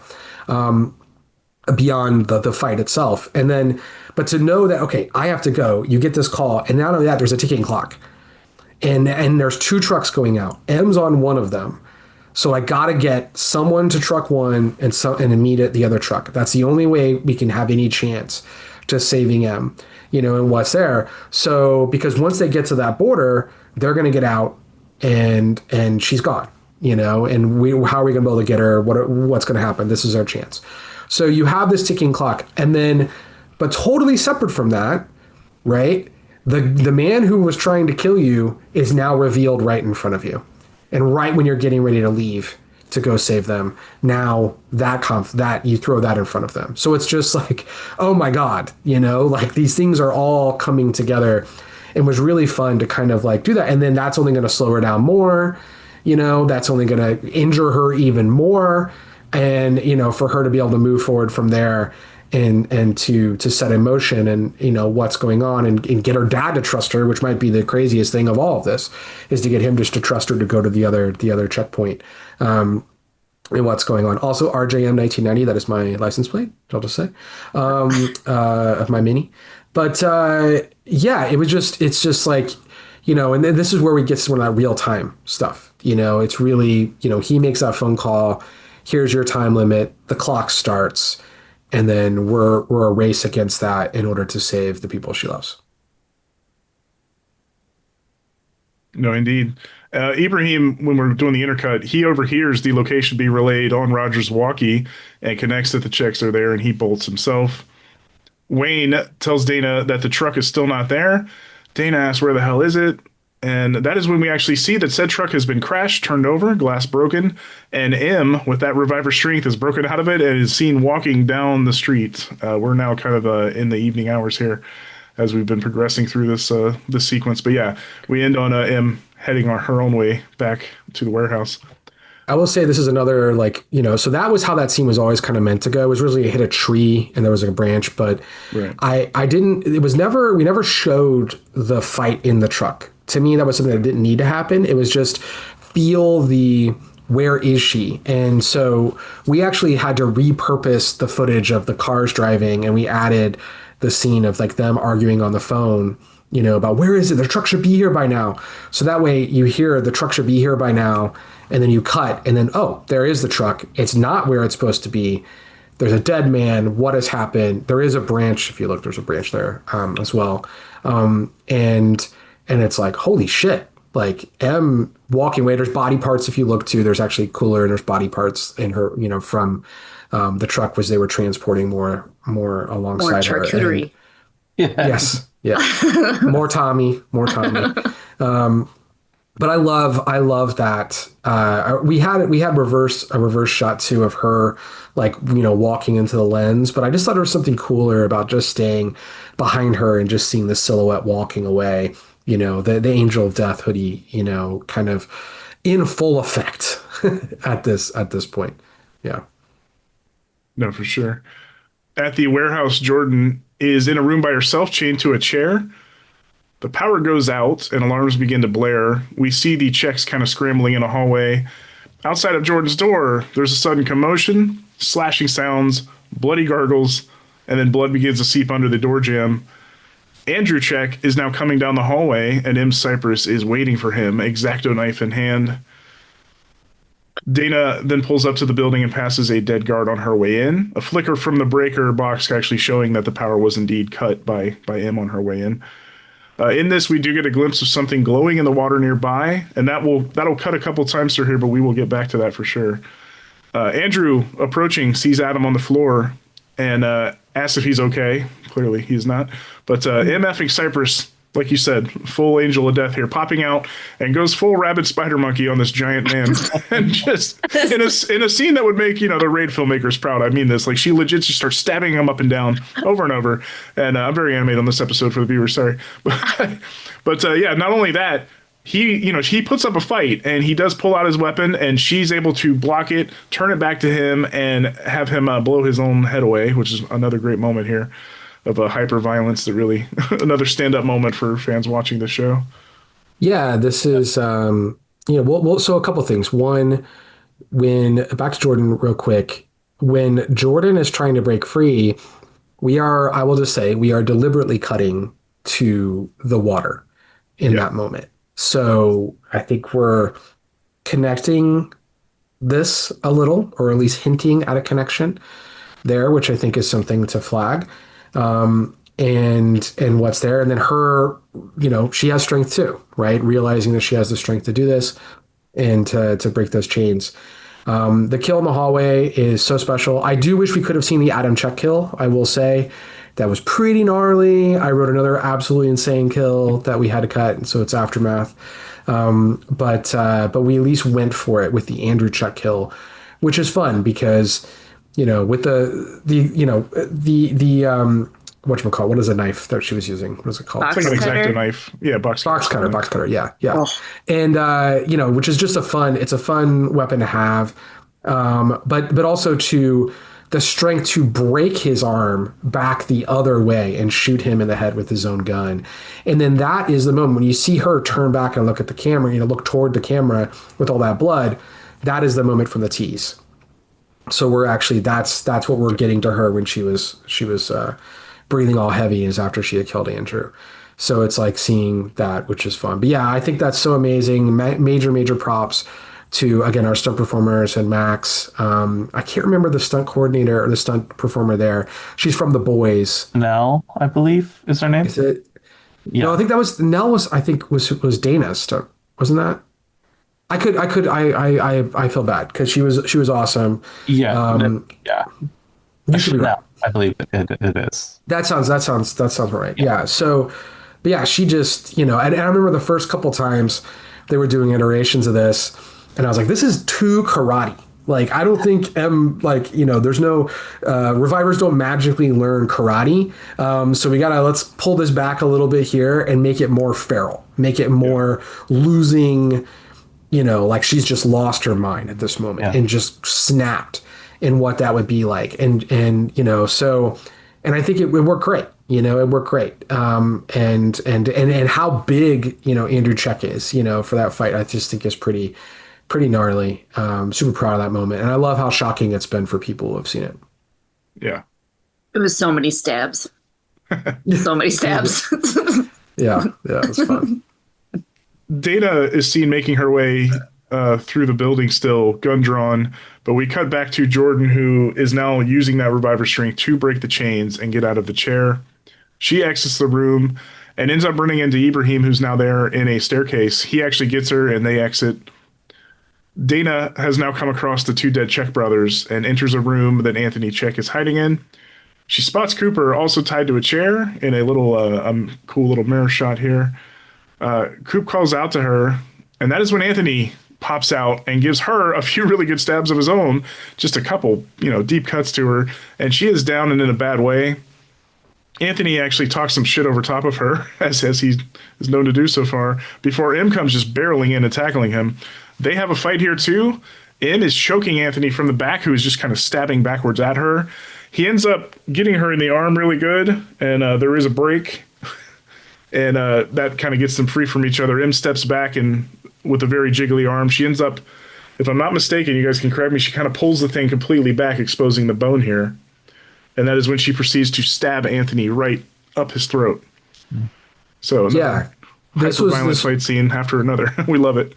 Yeah, this is one of my favorite moments of the season because not just because it's a cool kill, which it is. Don't get me wrong, but what's being illustrated here is so her quote unquote weakness, right? As she perceived it, and many did growing up, and that we see from in the tease, how do I? Where she's going to be very fragile her whole life. Her bones are going to break easily. And then here, Anthony seemingly either knows this or is just trying to get her off. And then by doing this, he's able to break her arm. So he breaks her arm. So now there's a fracture under the skin. Her arm's now not healing fast. It's going to take a minute to heal. What can she really do to fight him? And then at that moment, she is taking her arm and breaking it. Not necessarily pulling the skin. She's breaking it fully clean. So it pops out of the skin. And then that becomes a weapon that she can use in order to kill this man. And so she is in effect taking the weakness that she's had her whole life and turning it into a strength, right? And using the thing that hindered her life and forced her to be sheltered to now being the thing that she must do in order to survive and to try to save her sister, who, by the way, is in dire straits. And not the band, not the good way. So it's, I love that. It was unbelievably difficult to pull off, the number of applications that you have to kind of make happen. When she's got the fake arm that you can actually, and this isn't like a CGI thing or whatever. Like we have a arm appliance that she's taking, and then she grabs it, and then you see the bone pops out of the arm appliance itself. That is in the background. So when Anthony's there and he's choking after she's let him go, you see her in the background just do that snap, which is really fun. And now she's got one hell of a weapon, which I think is really, really great and dare I say, a little profound for what she's able to do. Yeah. Got boned to death. There you go. It was profound until right now. Until right now. That works, though. That works. We go from that moment to Ibrahim putting Jordan in a vehicle when that familiar noise is echoing from the water. We're seeing a glow in the distance at this point. Ibrahim tells Jordan to stay put and shuts the car door. M gets Cooper loose and tells him to get out now. So at this point, Jordan steps back out of the car, walks past Ibrahim. He asks, "What are you doing?" And she says, "It's okay. It's for me." Cooper calls out to her as he exits and says, "Be careful." This is where we see Ibrahim in awe of this glowing something. And this is actually when we get our first look at the passenger in all its ghostly, glowy, soul-y, yonic-y, lobster clawy glory. Yeah, there you go. I knew you'd be good for it, Liz. As Jordan approaches it. And this people who've read the comics, I'm sure we're waiting for some version of this. I know you'd mentioned some stuff gets changed with the other thing in Blaine's world, but yeah, how did you guys go about creating the passenger? Like the puppet itself? Yeah, like it's very comic accurate. I mean, it looked exactly like I was. Yeah, we hired. That's actually development wise, we hired a creature designer named Ken Bartholomew who has done all of the recent Godzilla movies. So Godzilla and Kong and all those other ones. Does a lot of those creatures. Did a lot of the Fantastic Beasts stuff. He's amazing. Eastern European creature designer. That's what he does. And he we kind of worked a lot on, references and stuff like that, but also making sure that it still kind of felt like, I mean, the design in the comic is pretty great. You know what I mean? Like there's not a lot of reasons to deviate, I think, from it because it is so immediately evocative. So we didn't want to like go in some big direction there. But we did want to make it feel more grounded, feel more, our own thing. So yeah, he did an incredible job. And then Steve Kostanski came in, sculpted it, kind of put his spin on it, as a puppet. It is a full puppet.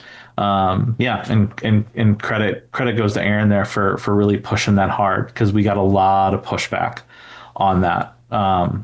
Just the fear of the time it would take and all those other things. So Yeah, it was we talk about a lot of pushback, but there was nothing that had more pushback than the passenger, yeah, because of the money and the time and all this. And I think and could it be a CGI thing? And that's what we were always pushed for. And I'm like, I think we're going to spend the same amount of money and it's not going to look as good, is what I think is going to end up happening. And so what we did was, and real credit to like Andy and and Flora McEnroy, who plays Jordan, who are reaching up to a C-stand with a light on it, right? And Andy's covering his mouth and a tear's falling. So there's some pretty amazing stuff that's going on there, and just trying to describe to them what it is, what's going on. So really, really special. But yeah, it was just like, this has to be right. This just has to feel great. And Luke had already worked so hard and created these amazing designs that I thought were nice, because they are very much like the comic, but they are its own thing. And just there's like a texture to it. It's a little more, it's just a little more of a physical being than it is in the comic to me. And the comic just feels more ghostly, and what's there. And I like what this is. But also you're learning that these are now in the water, which, by the way, probably makes some sense. We're learning that there's some stuff with water that's going on. Ibrahim's looking at the water. There's some stuff. So just FYI, some stuff there. Yeah, but and then Steve Kustanski, who did Psycho Gorman, has a great movie now called Frankie Frico, who's just a wonderful makeup effects artist, and sculpted this first full scale thing of a head that was, for like a 7 foot tall, 8 foot tall kind of creature. And then that really got us. We were like, okay, yeah. And he did that, by the way, on his own. He was so excited about this that he wanted to sculpt that to start. And then, because we were still fighting, we were having meetings this whole time about like, well, let's just 3D model the designs that Luke had created prior and what's there. And like, that was, how could we do this? But we knew that at minimum, because keep in mind, you shoot the scenes and there's nothing there. The question is, do we put something there? We're gonna have to comp it in either way. So even once we move for it to be a puppet, you're still not shooting it on the day, right? You're doing this later. And Samir had a lot of experience with this on Chucky and how they do the Chucky stuff, and you shoot all those elements later, and then you comp these two pieces together. So what we knew is, no matter what, whether it's CGI or it's a puppet, we're still not shooting on the day. So that at least allowed us to move forward with our current production schedule. But and so there was just continual like, well, can we? And we just held till the very, very end, and just kept fighting and kept trying to save money for it and what it could work. And so grateful to what Steve and his team were able to do. And, being there while we're shooting all these puppet stuff was amazing. And then the puppet itself is only about, maybe 3.5 feet, 4 feet tall. And it's scaled, and you scale it with that, and to do all the movement and everything. And it's I think it looks gnarly, and very proud of it. And once you comp in the puppet, then you're adding in all these kind of ethereal elements that kind of give it a more angelic kind of quality, alien-like quality in what's there. So it was really, really fun. And just the way, Ghost Effects, who did our comps and all this, just the way that the light undulates in it, the way the eyes move. At the last second, we changed the mouth. It was originally the mouth kind of opened, and they kept saying it looked like a grumpy old man. And so then we had to change the mouth, and now we went with a vertical slit, which I thought was really cool, and how it vibrates when it talks and all that. But yeah, it's just a cool design. It was a big thing because this is in the comic, right off the bat. I mean, it's first few pages, you're seeing this thing.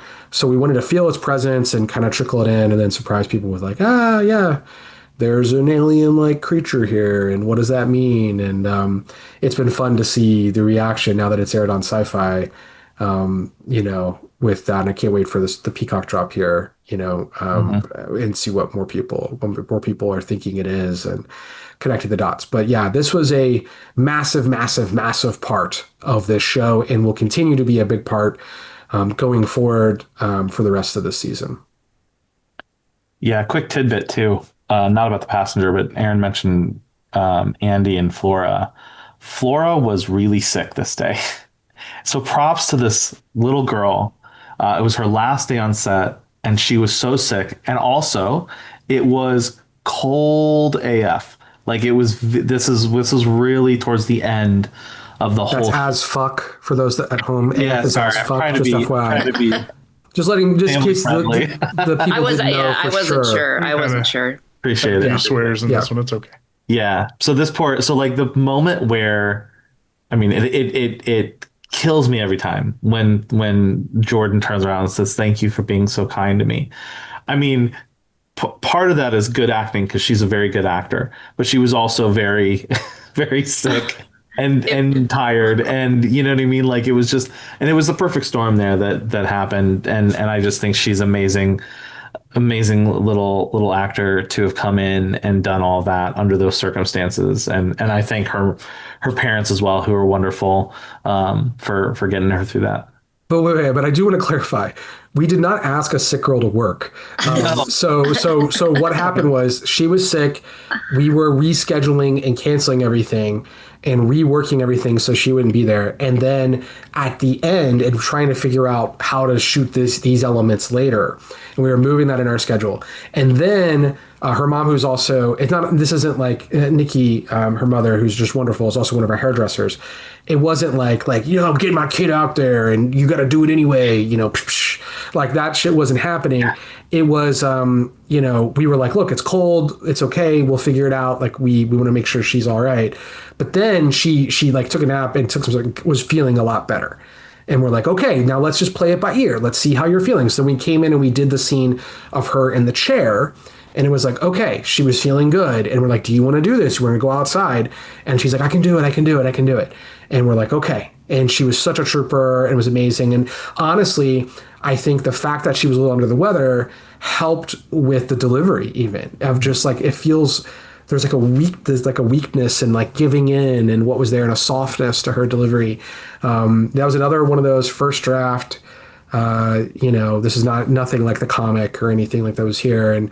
And I just wrote those, thank you for being so kind to me. And I got teary-eyed writing it. I was like, oh my God, this feels right, and you think about what she's been through, and she's got students with pencils trying to stab her, and her own parents don't want to pick her up, and everybody, she's shunned by so many people. She's about to go into this Riverside camp probably, pretty soon. Like all these horrible things are going to happen to her.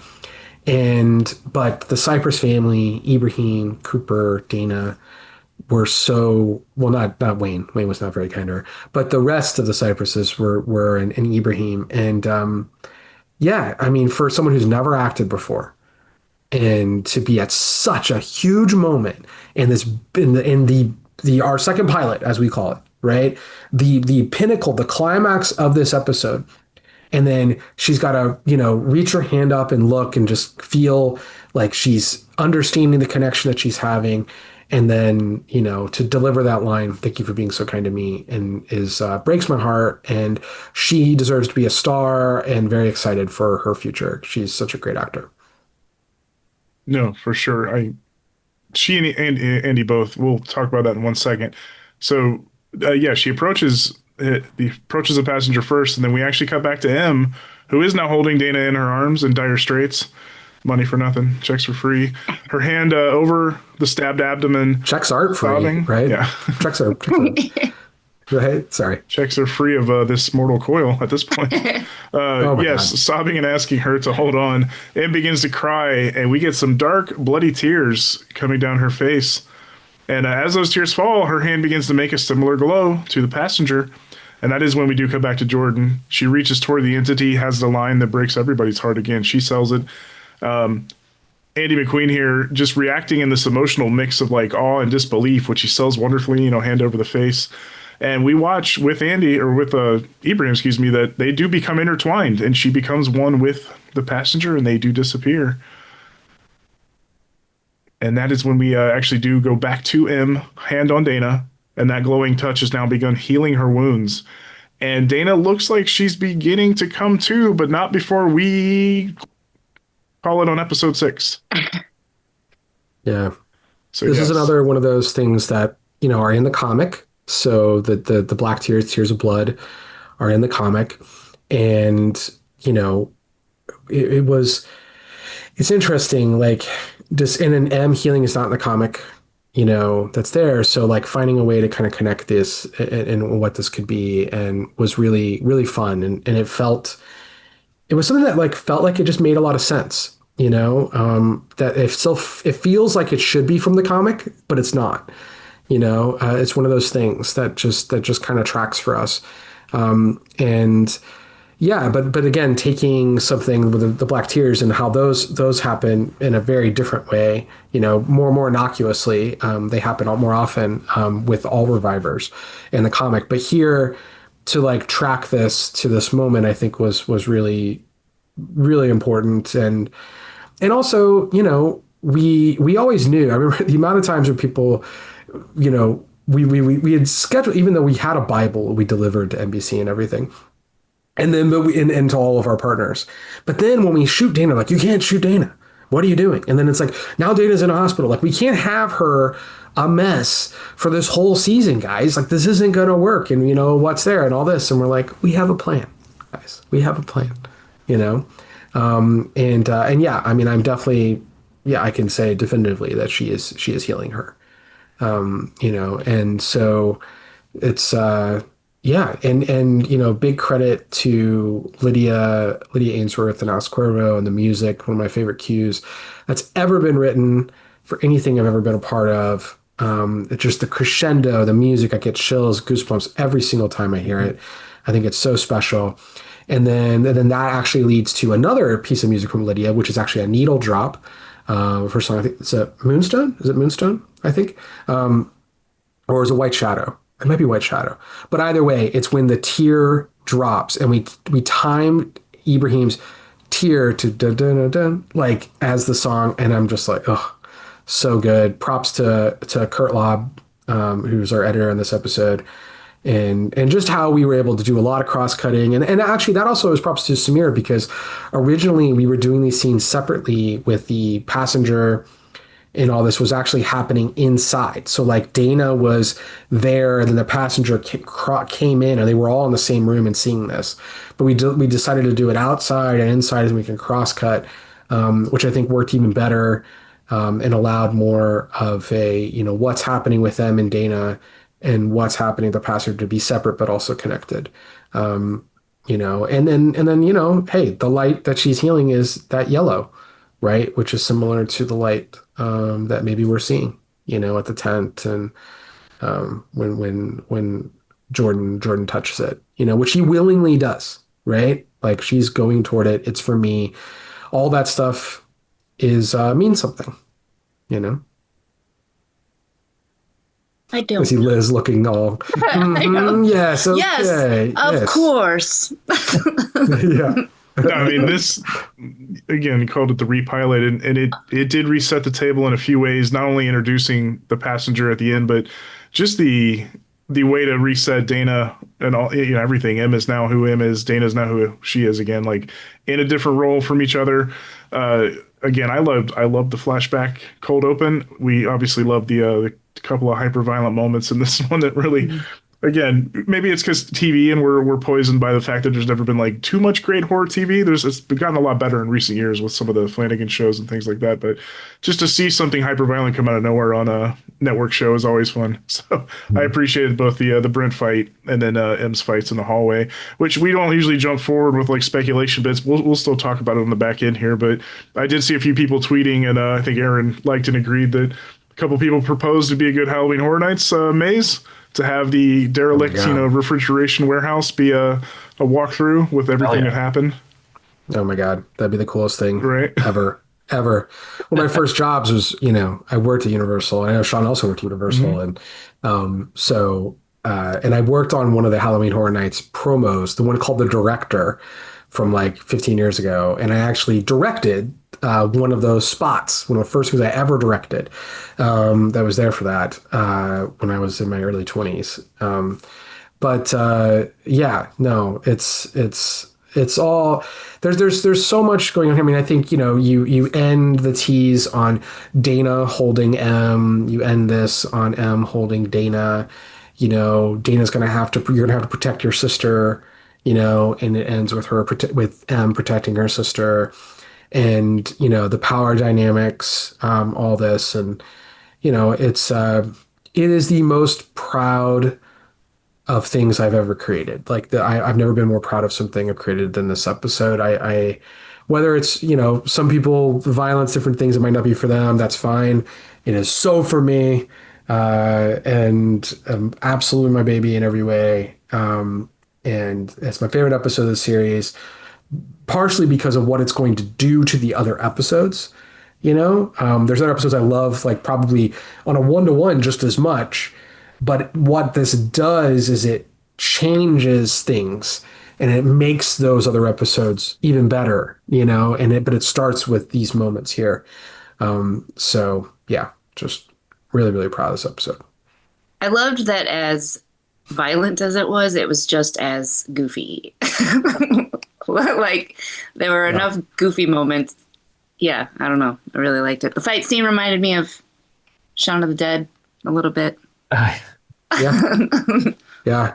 No, it's fun. Like tone. I mean, like we wanted to play with tone in this series. And I think to have an episode that is hyper violent, that has goofiness, and you're playing Never Surrender and Piss on Me and this stuff and Lester and silly things that are happening, right? Harry and the Hendersons jokes within an episode of that level of hyperviolence, but then also the level of emotional drama and what's going on to where people are crying watching this episode, and a lot of people are crying. And so if you can pull all those off, like that's when I'm most excited about television, movies, anything, is when you can try to play. And it's hard. It's hard in 42 minutes to kind of do this without feeling like whiplash. But, you talk about filmmakers and you're trying to kind of find your voice in different things. And, one of the things that I've realized, I think that in particular with myself, I think I want to make things that play with tone, that can both be funny and then terrifying and then melodramatic in the right ways, all the same. And it's not just this, because I've done movies that are all this and then all this, and they didn't quite click for me in the right way, but there's elements I want to take from each. And this really illustrates that. And yeah, I think it's cool. Yeah. I think it's cool. I mean, genre blending is always fun. And some of our favorite things are exactly that, stuff that mixes horror with comedy. And that's life. When people get real mad about like a really dire movie having a joke in it, or a really, comedic movie having a serious moment, like that's what the world is. It's like, you got to have levity and darkness. You got to have darkness and some light. So yeah, Edgar Wright, just a good comp too, because like his Cornetto trilogy does handle horror comedy, I think, really well. Shaun of the Dead and Hot Fuzz especially. But yeah, you guys nailed it. I mean, bravo on this one again. I shouldn't have said doozy so early. This one was a doozy. It was a doozy. Yeah. Hey, raise your hand if you cried. I mean, I don't know if I cried.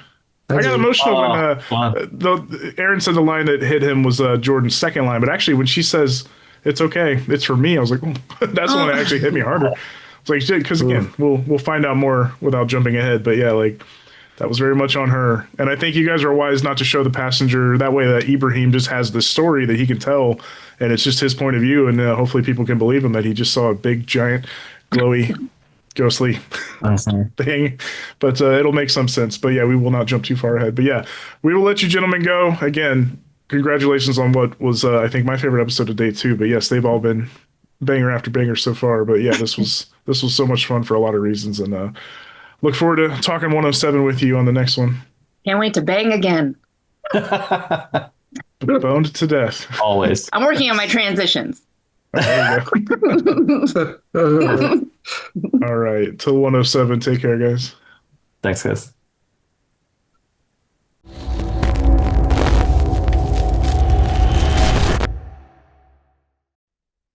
Thank you again to the gents for the discussion on what was an insane 6th episode. We're going to move now to a chat with an actor, a writer, a professional wrestler, a fighter, a Renaissance man, if you will.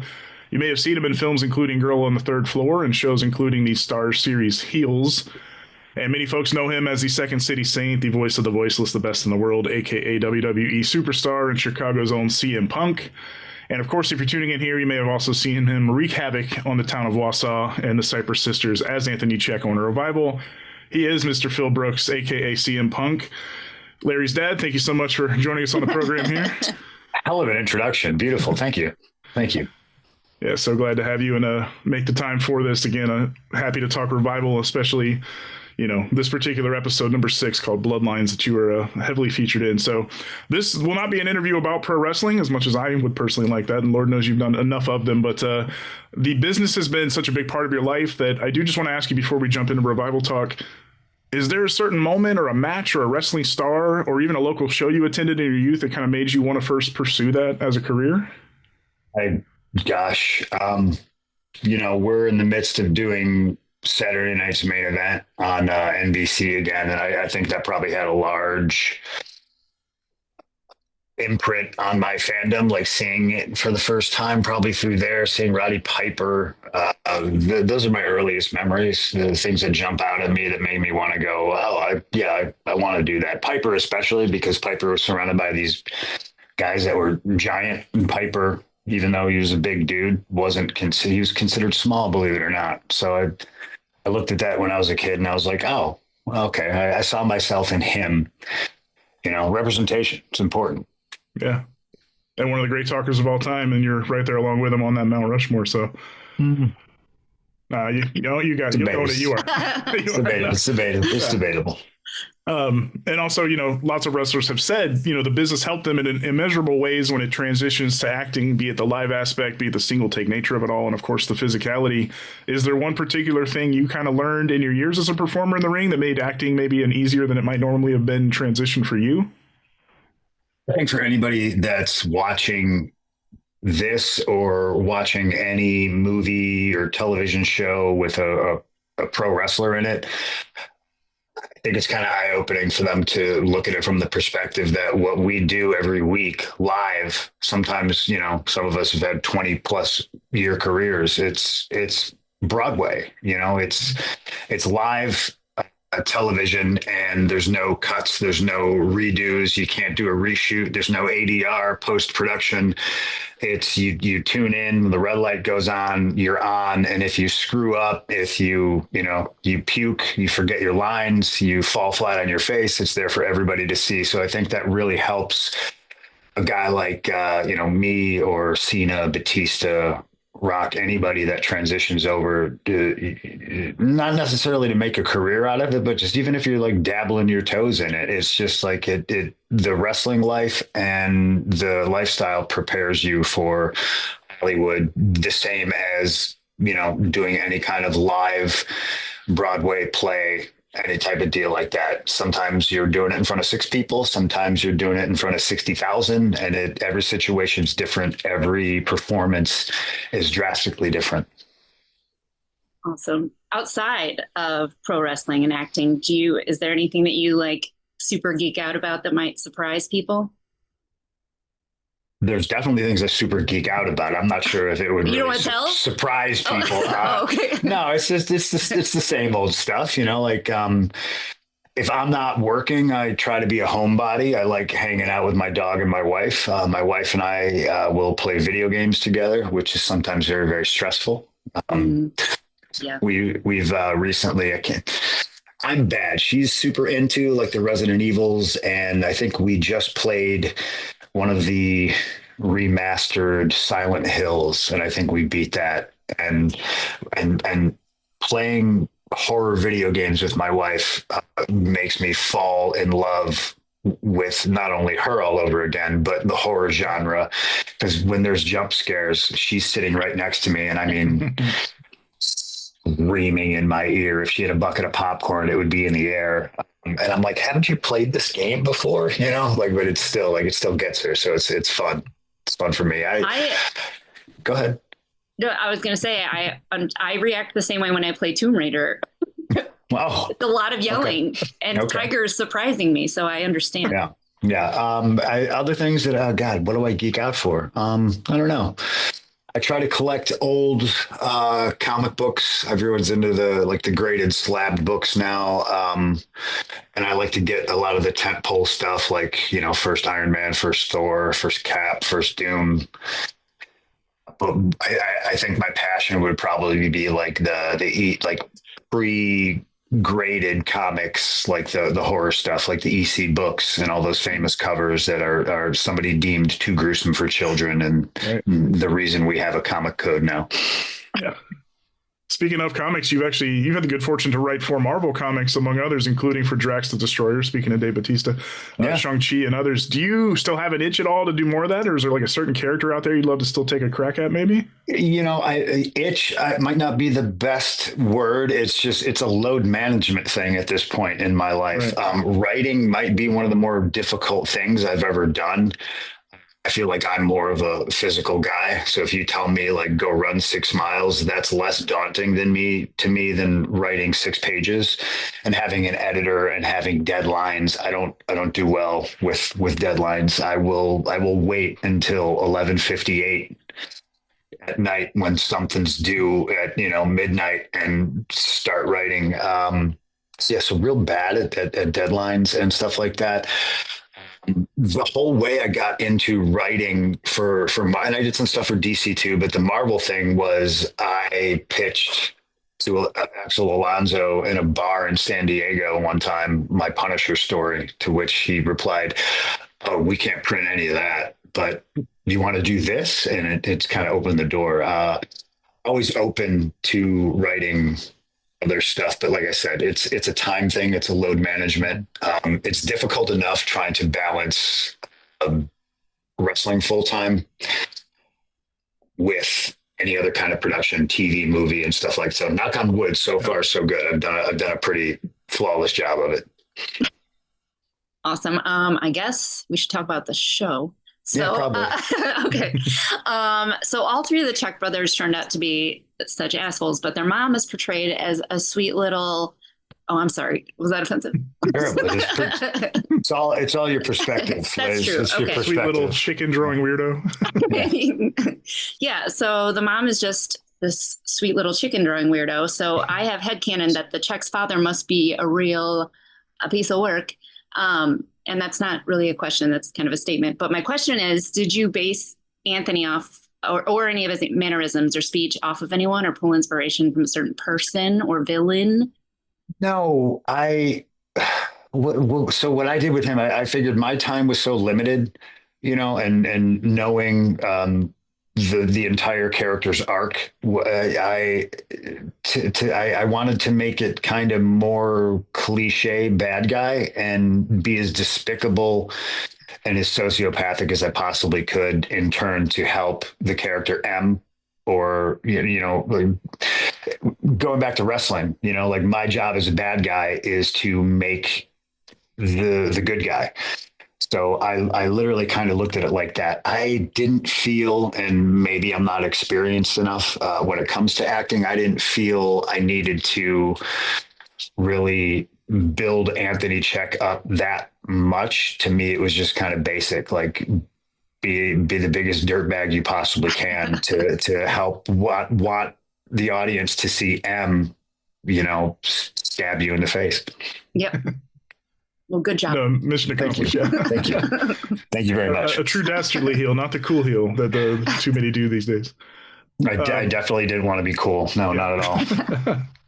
I don't know. That leather jacket begs to differ, but no, I know. So you, again, speaking of Batista, you guys have both joked about not getting certain roles, like the male lead in a rom-com maybe, and even joking, I think, that you two should be the co-leads of one somewhere on social media. But is there a dream role out there for you, or maybe just a type of character you've kind of not had the chance to play that you'd like to sink your teeth into?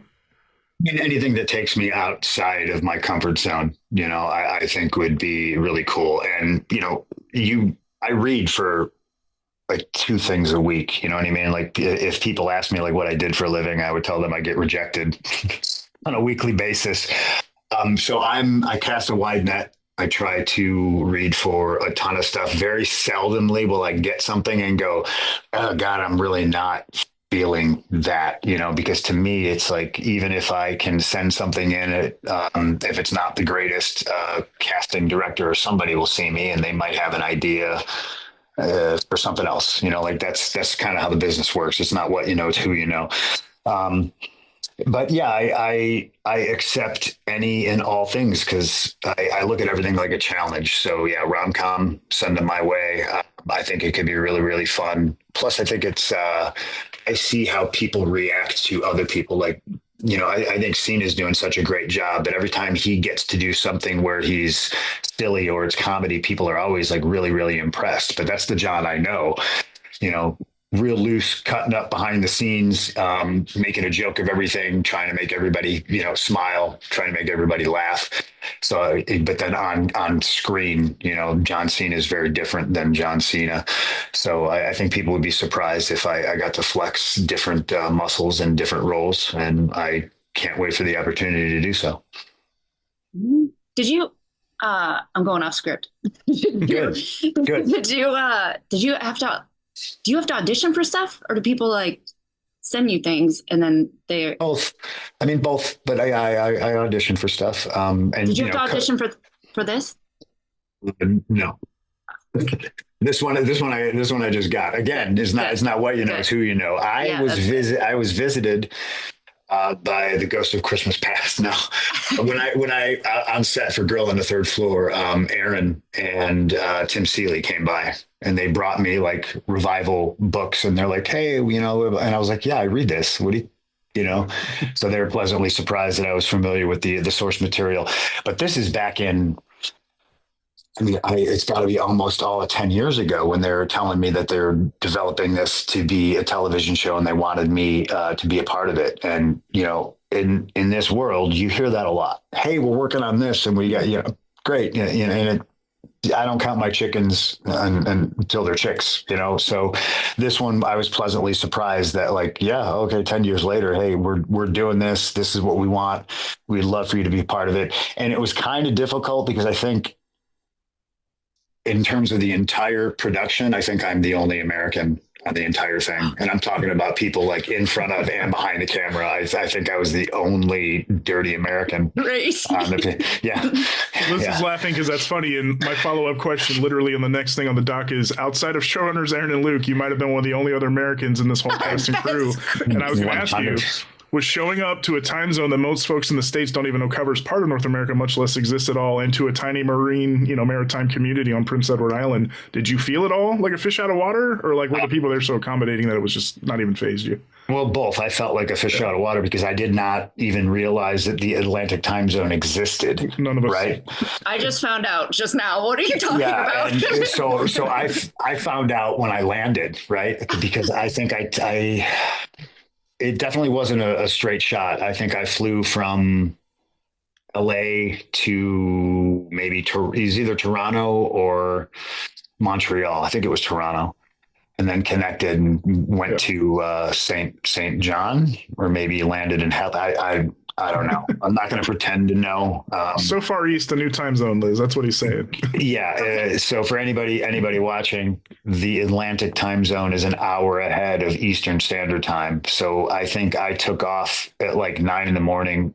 in LA, and I wound up landing at like 1 a.m. I was just like, I was all discombobulated, couldn't sleep. Woke up the next day. Yeah, go ahead. Is it backwards? No, I'm stupid. No, it's forwards. Okay. Where? You're backwards in Central Time. Fellow Chicago and Liz MacArthur. Yep. It's so it would be 2 hours ahead of you, Liz. Got it. Yeah, but I mean, the people were amazing. There was like this little farmer's market like next door to my hotel, and I got up and I got coffee and I went walking around, and man, people were like just giving me things like this. There was like this fish market, and this guy was like, "Hey, I'm a huge fan. Like, here, have some candied salmon," and I was just like, great. So that was my breakfast. It was candied salmon and coffee, the breakfast of champions. And I was just walking around like eating this salmon jerky out of a bag, like cool, like waiting to go to my fitting, and yeah, everybody was a sweetheart. There was like 3 different dogs on set. So everything was awesome. Nice. They let dogs on set there. I want to go to Canada. Oh yeah. There's normally set dogs. Somebody like makeup artist has a dog. Costume This is a design has a secret. dog. Oh, yeah, there's dogs. It's There's always the dogs little, everywhere. Breaking news. toy, This is toy breaking size news. ones. It's the best part of doing anything. Like I'll walk into a makeup trailer, like when I was on Mayans, and boom, there's a dog, and it's just like so bad because I can't remember anybody's name, but I will remember the dog's name. So I'll walk in Peanut and not say hi to anybody else. It's kind of rude, but No, it's the right thing to do. Oh, I have a question. Did you have any input on any of your fight scene? How any of your fight scenes played out? I think I did, if I remember properly. But that night we shot that fight scene. It was all of like a 16-hour day. So yeah, we have a stunt coordinator. We both had stunt doubles, and I'm more, because of my background in wrestling and fighting, like I'm always electing to do as much as I possibly can. Now, if they're going to throw me off a building, I would probably jubilantly say, yeah, let's do that. But the smart thing to do would be let the professional stunt person do that. But as a viewer of anything, I am always taken out when I watch something and, okay, that's clearly not the actor doing that, and they can use different camera angles and really quick cuts and fast motion to kind of disguise it. But I felt like that scene needed to be like really gritty and really authentic, and I felt it would have been a bit of a disservice to use the stunt doubles. So I talked to Romy, and she was on board. Like everyone's always like totally shocked. Like some people don't like to be touched, and I get it. They don't. They're there to act. They don't want to be touched. But I'm all like, yeah, you can, if you can jump on me. And she was like, wait, really? I can do, and so it got her excited, and everyone was like kind of more into it. And I think that gave it more of a real feel. Whether that was my input or not, it's a team effort for sure. They could have told me to shut up and, just do as you're told. Well, it looked great. She Yeah, looked absolutely. like she's like a crazy spider monkey all over you. That was the idea. Yeah. Yeah, we first see her do like a raid style stabbing of your not big brother, but your bigger brother Andrew, before she goes. They're bigger than me. Both those guys are giants. They got some size. Yeah, Yeah, sure. no kidding. But yeah, Liz, we'll ask one more. Sorry. Oh, what was the first movie or show that scared you as a kid or gave you nightmares? Oh my God. Legit gave me nightmares. And this is kind of topical because Macon Blair's re-imaging of the Toxic Avenger is coming out as Toxic Avenger, believe it or not. Wow. And there's a scene in the movie where the bullies run over a kid on a 10-speed bicycle. And then they like gleefully celebrate, and they stop and they like take pictures, and his head's all smashed on the road. And like watching that, I think as a little kid, I could be like, okay, Bruce from Jaws isn't real. That's a mechanical shark. Jason Voorhees isn't real. Michael Myers isn't real. These are all like kind of fantastical things. And I think because they were just high school bullies, and it was like real to me, and it was possible. So it scared the shit out of me. And I remember vividly like having nightmares about that, but also fascinated because like, I wanted to watch it again. And I wanted to, okay, so what else is out there that I can watch?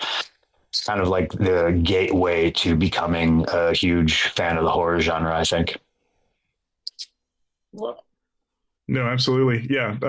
Something about the realism of violence opposed to anything supernatural, which kind of is overbearing sometimes in U.S. horror stuff. They have to make it an entity of some kind and not just the horribleness of human beings. But so wrap it up here in a moment. But before we go, you're also a big music head. I know you're friends with some of the Rancid folks like Lars. Do you have a very memorable or standout kind of concert experience that you would cite as maybe your favorite moment that you've been able to either attend or just be part of?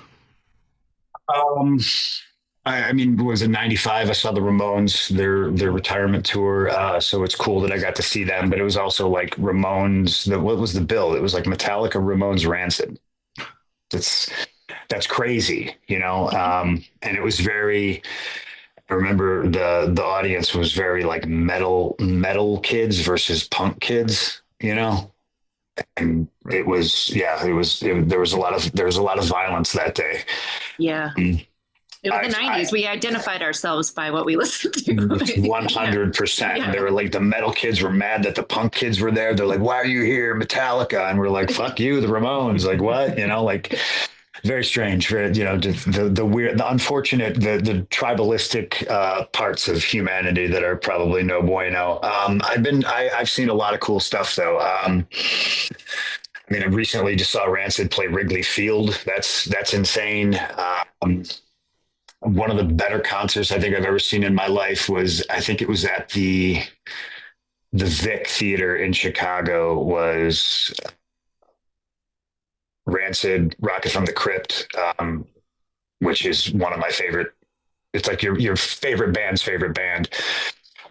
And a local band by the name of Slapstick opened up. That was fun because I loved all three bands. And it's funny looking back at it, like it was like a war of attrition just being in the pit for those three sets. Like, I don't even think I'd last 15 minutes now. I just feel like I'm too old for this. Right. Seeing, I don't think it was Lemmy's last concert. I think it might have been his second to last concert, but it's kind of toppled because unfortunately Ozzy just passed away. And it gave me, some pause. And I thought about the last time I saw Lemmy. And we hung out in his trailer, and we left. And as we were leaving, I was just like, damn, you know, like I wanted to kind of be a fan and ask Lemmy for a picture, but I didn't. And then Lars was like, let's go back. Come on, we got it. And we walked back in, and Lemmy's standing there, and he's like, you didn't have, I thought you were going to want a picture. We got to get a picture, you know? So I'm glad I got that moment with Lemmy. I've been fortunate to see a lot of cool stuff. Hopefully that will absolutely continue. Are you going to Riot Fest? I'm not allowed. Okay. I'm not allowed to go to Riot Fest. I'm on the ban list, and I'm not allowed to talk about it. There's a NDA in place, unfortunately. All right, I'll get to the bottom of it. Way to bring it down, Liz. No said about that. But yeah, you mentioned before, I even had it in the notes too, about how Tim Seeley had approached you with as far back as Girl on the Third Floor. And again, Revival being in development for so long in various states, it's a minor miracle that anything gets made at all. It's more miraculous that things get made and they are good.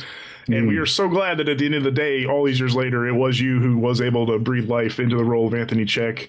And again, you made a lasting impression, on a lot of folks with this role. And we are so grateful to have been able to speak with you about it, about the show, and more here. So thank you, Bill Brooks, a.k.a. CM Punk, for taking the time with us.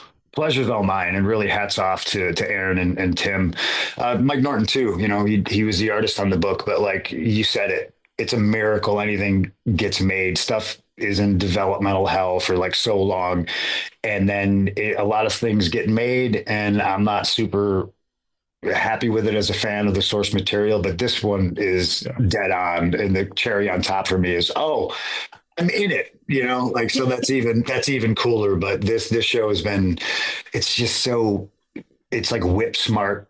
It's like very well written. And, Melanie and Romy, my personal joy watching those two interact on screen. It's just like, you really feel that they're sisters, and they're both like so good at the top of their game. I'm looking forward to seeing the rest of the episodes. No, absolutely. And thank you for putting them through hell. It was fun to watch. Episode 6 for sure. But in the vein of you going back to Ask Lemmy, please just let me say, if I don't ever get the chance to, you've been my favorite wrestler for nearly 20 years. Going back to you and Joe, Ring of Honor. Thank you. You've got me back into wrestling twice, so you've done that to a lot of people. I apologize. Sorry about that. No. It's a drug. I know we're all supposed to be drug free, following in the footsteps of our heroes, but wrestling is a drug. Well, as you're still in it. I appreciate the kind words. Yes, very much so. Certainly. And thank you again just for taking the time with us. So we will keep you no further, and go and give Larry a kiss, and maybe April too. I will. Thanks, guys. Right. Appreciate you. Take care. We appreciate you. Thank you.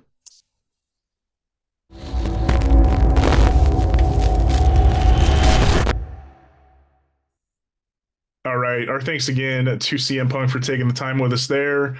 As we've been talking about, that episode 6 was nuts, and in all the best ways. lots of OMG, lots of wow, lots of holy shit reactions on the night across social media for sure. We are finding from the fights and the kills to the reveal of the passenger, which prompted a whole lot of I need answers also responses. But we can run through a couple reactions we highlighted here. We've got Kat at KCMore18 on X said, I'm not sure what I just watched, but holy smokes, that was such a great episode of TV. Yes, agree. Shiloh Adams Yeah. on X also said, this week's episode of Revival, holy shit. Lots of O's. I'm repeating what I'm reading. The second half was particularly insane, and with that ending, just thrilling, bold, wondrous TV that I'm so glad exists. Hope it gets renewed ASAP. Same. Same.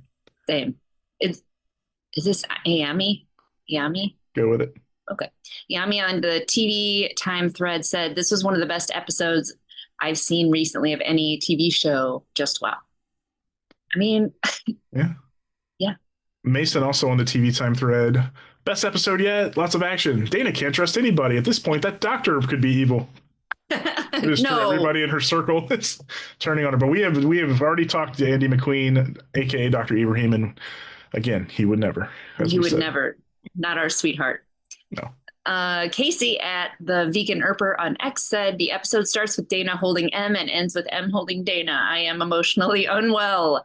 It was violent, it was emotional, it was beautiful, and it hurt, and it was fucking great. That's my favorite poem. Oh. Regular Robert Frost over here. Yeah. Rune on the TV time thread said, this episode isn't just a turning point to the story, it's a test of loyalty, pain, and identity. The performances reached a level of emotional maturity rarely seen, especially in the silent moments that spoke louder than words. Cinematography was poetic, with every frame saying what the dialogue couldn't. The plot took an unexpected turn, revealing hidden layers in the characters as if we were seeing them for the very first time. And that ending, the kind that leaves you staring at the screen, unsure whether to cry or applaud. Episode 6 isn't just part of the series, it's the beating heart of it. So yeah, a lot of praise for every aspect of this episode, technical wise, writing wise, action wise. We saw several folks, pondering who the big boss, that could be, who that might be, who it could be, would be. Call me crazy. I don't actually believe Mr. Aaron Koontz when he says it is going to be Vladimir Putin, but we'll have to trust him until we find out otherwise. But yeah, thank you for all the comments from everybody across social media, from the email revival@paperstreetpictures.com. If you guys want to send any kind of thoughts, any comments or questions for the showrunners, we'll ask them accordingly. But that's maybe your best way to participate if you want to be a part of the show. But yeah, we also love the social media reactions. We'll keep those coming too. So Liz, I want to thank you again for joining us. I want to thank Aaron B. Koontz, Luke Boyce, your Revival creators, showrunners, and EPs for their insights and stories about episode 6. They had a lot of good stuff on this one. They were giving us a lot of alt versions of what that fight was going to be with Brent. So we appreciate that. Episode 6 is in the books, as is this compendium recap. We appreciate you all tuning in, and we will find you on the next one to discuss episode 7, Too Many Secrets. Again, for CM Punk, who we appreciate taking the time, for Aaron, for Luke, for Liz, I am Sean Talley, someone who could also use a pterodactyl shot right about now. Saying we will see you back here soon.